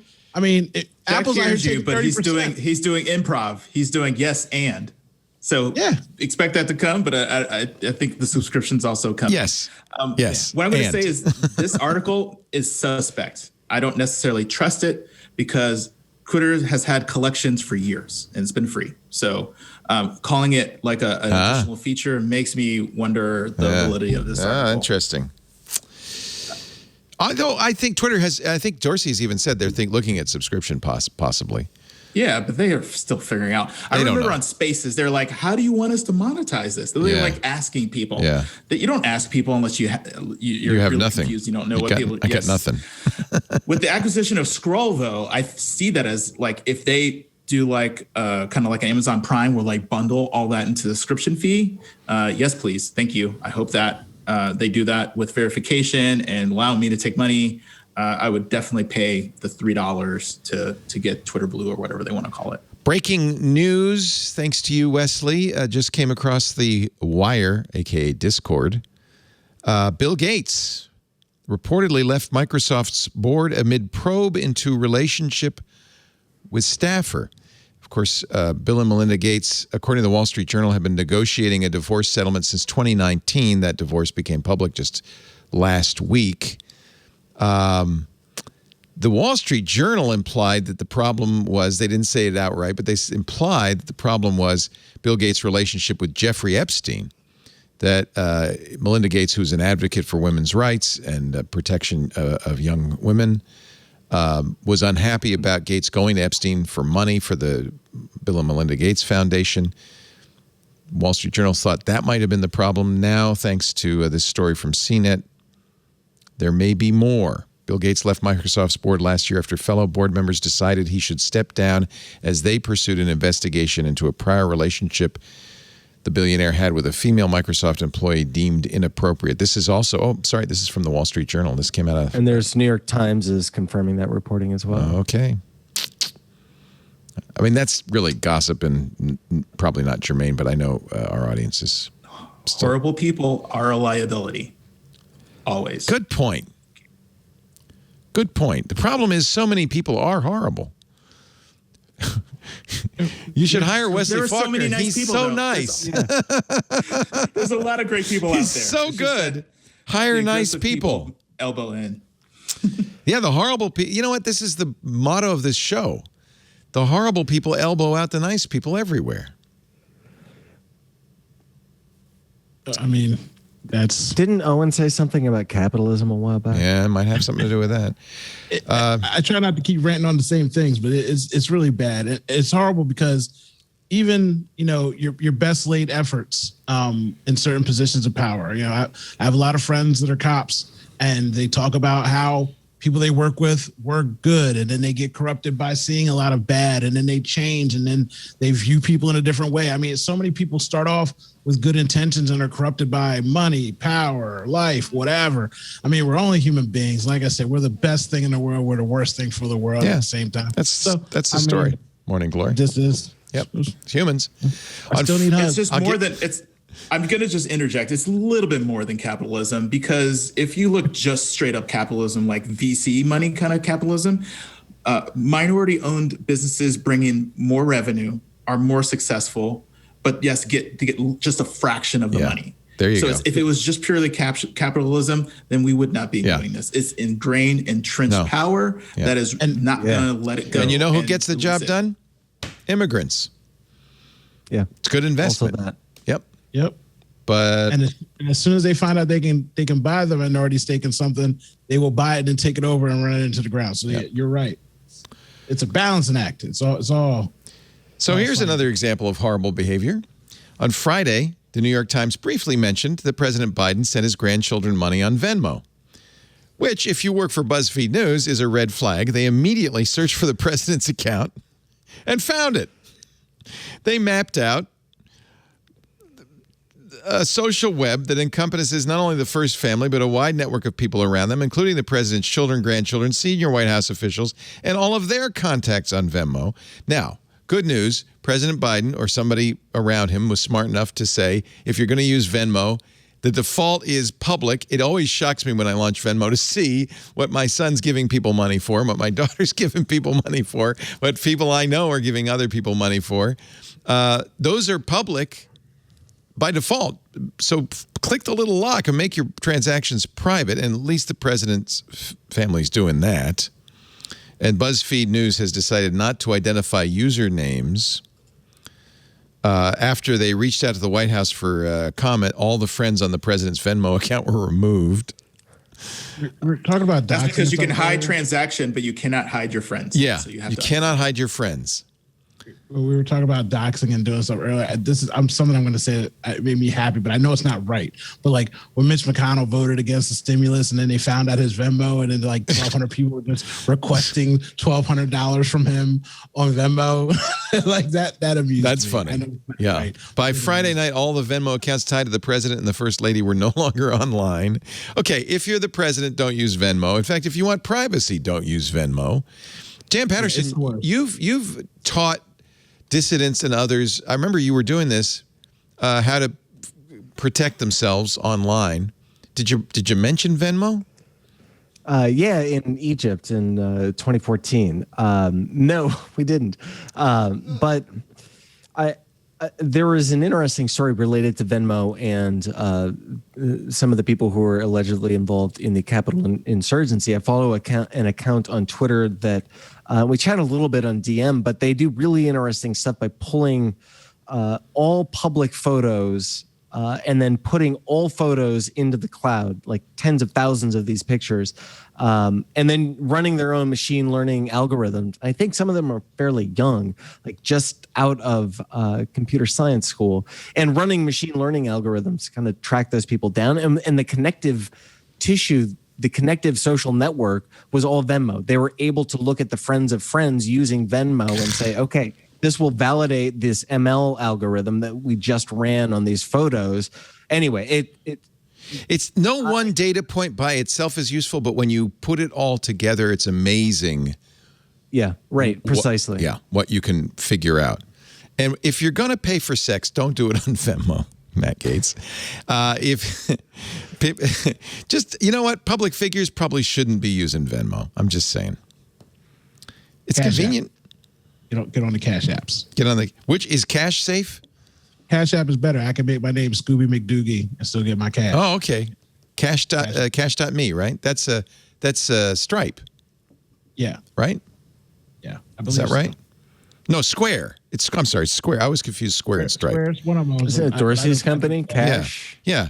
Jack Dorsey uses Cash.me because he runs it. He runs the place. Twitter and Cash App. That's all we need. So you think it's from Square. You think which is Jack Dorsey's company. You think it's safe? It's more private than Venmo? I know it is. It is. It is. I'll have to start using it. I mean, now everybody's reporting to the government because now you can buy crypto and stock, do all the things. So it's still reporting somewhere, but I mean, it's not public to the world to come in and just check out what you got. I'm not so much worried about the government as I am QAnon at this point, to be honest with you. Or another group like it that might pop. Or another group like it. That's right. All right. There's so much more, but really, Meatballs call. And, when it comes to Meatballs, it trumps everything. It does. It does. Oh, and JJ Stone. I'm last, and you know the rules. Don't look at me. You're going to be the last guy on this show. I forget the rules every single time. Why do I have to tell you this? We don't buy anything with our own name. LLC. I make the best meatballs. I go last. I live in a black box. Are you going to explain in this final dialogue why your phone number has been in the lower third all day? I'll do that too for you, Uncle Liv. Will you? Because we never did get around to that. All right. Well, then I will say hello and goodbye to Wesley Faulkner, developer advocate, neurodiversity advocate, one of the nice guys, one of the good guys, Wesley83 on Twitter. DM him, slide into his DMs and tell him, I've got just the job for you. You're in Wisconsin now. I am, but explicitly I would work remote. I'd rather not work here. I'd rather work wherever the money is. Yeah. Yes. Yeah. Yeah. But thank you for having me on the show. It's always a pleasure. I just want to say, Lisa and I love you. That's all. Oh, I love you both. Yeah. Yes. We think you're just hopefully great. we can travel soon and we'll be in the same place at the same time. Now that I got my second COVID shot, or sequel injection, as they say it, on Friday. What do they say? Sequel injection. Oh, you got your sequel? Not your 5G. Is that a nerd joke? Yes. I just got it. Congratulations on your sequel injection. I think, actually, I'm going to announce right now, we are going to do something very important next week. We haven't done an in-studio twit in more than a year. Next week, Ian Thompson, Mike Elgin, and Jason Howell will be sitting at this table. We will do our first in-person twit because we've all had our sequel injection. And that's it's good. a party. It's a party. Little Bobby Drop Tables will be joining us. The world is healing. The world is healing. It's great to see you, Wesley. Thank you. Also great to see you, Dan Patterson. Thank you for bringing up the sartorial excellence of this show, raising it. Hey, we're all wearing ties now, baby. It is excellent to see you, Wesley, and Owen. It's always excellent to see you. And Leo, it's always great to be on your show. Thank you for being here. We really appreciate it. CBSN. It's not CBSN.com. It's no, it's just CBSNews.com. It's on CBS News, and then there's a stream. Yeah, or you can download the app, click live, and it's live. It is effectively a 24. Like, we try not to be as shouting heads as cable TV, but it's a 24-hour news network. So live news. And is it free to all? Is ad supported? 100% free. Yep, it's in Paramount Plus, but it's also in the CBS News app. Or you just go to CBSNews.com/live. It is 100% free. It's advertising supported. It's hard to tell the difference between CBS. Oh no, it's good. Yeah, it's just a live. And I don't mean to disparage our friends who work at cable news networks, but we really try not to do shouting talking heads. We try to do it be as informative as possible. I don't run the show, no, but that is the journalism culture, at least, is that we do the news, we don't do opinions or yelling. We talked about the hazard of Facebook and Twitter and all of that social network stuff, Instagram, TikTok. But actually, I think there's an equal hazard with 24-hour cable news. And it'd be nice to get away from that a little bit. I'm going to start watching CBSN. Thank you, Dan Patterson. I appreciate it. Well, thank you, guys. Yeah. It's great to see you all. And now, if everyone will just dial 844-986-4563, we will hear from Owen J.J. Stone. So, first statement, anybody who's in the Twit Club, at some point, Jason Howell and I will be talking about cryptocurrency. I'm not a financial advisor. I am a pawn in this game, but I know how to make a little bit of change every once in a while. And whenever we do that on the Clubhouse, got a little chat, I'm going to give somebody this free ledger so you can hide your money and stash it away for yourself. I will figure out a way to give it to somebody. What is it, a bank book? What is it? It's a ledger, nano ledger. You know what I mean? Oh, it's a hard piece of hardware.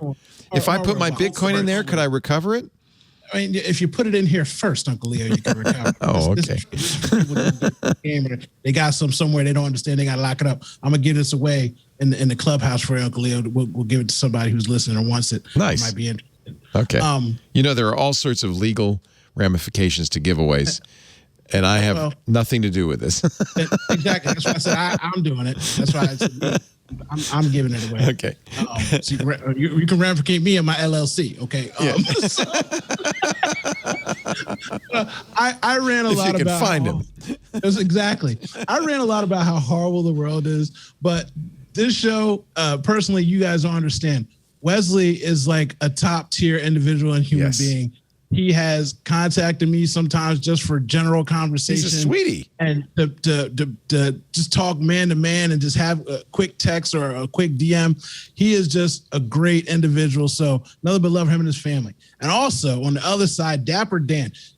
This guy, we've been friends for almost over a decade now, and we've only been in each other's physical space like 5 or 6 times. But I literally feel like this dude's a brother to me. When I want to read news or listen to news, if I'm listening to things that he's saying, I know the man he is and the person he is. It's vetted information. It's information that I can actually believe and is truthful. And in the world that he's in, that's great to have somebody I at least know on a personal level that takes that job so seriously. And so to have both of these guys on the show is just great. So I know I yell and say how bad things are, but when you get to look across the screen and have 2 people that are just great, and then Uncle Leo Center is down the middle, just know the world's a great place. And if you text me, I won't spam you, but I got a whole bunch of shows in the can. I'm coming back to life on the internet this year.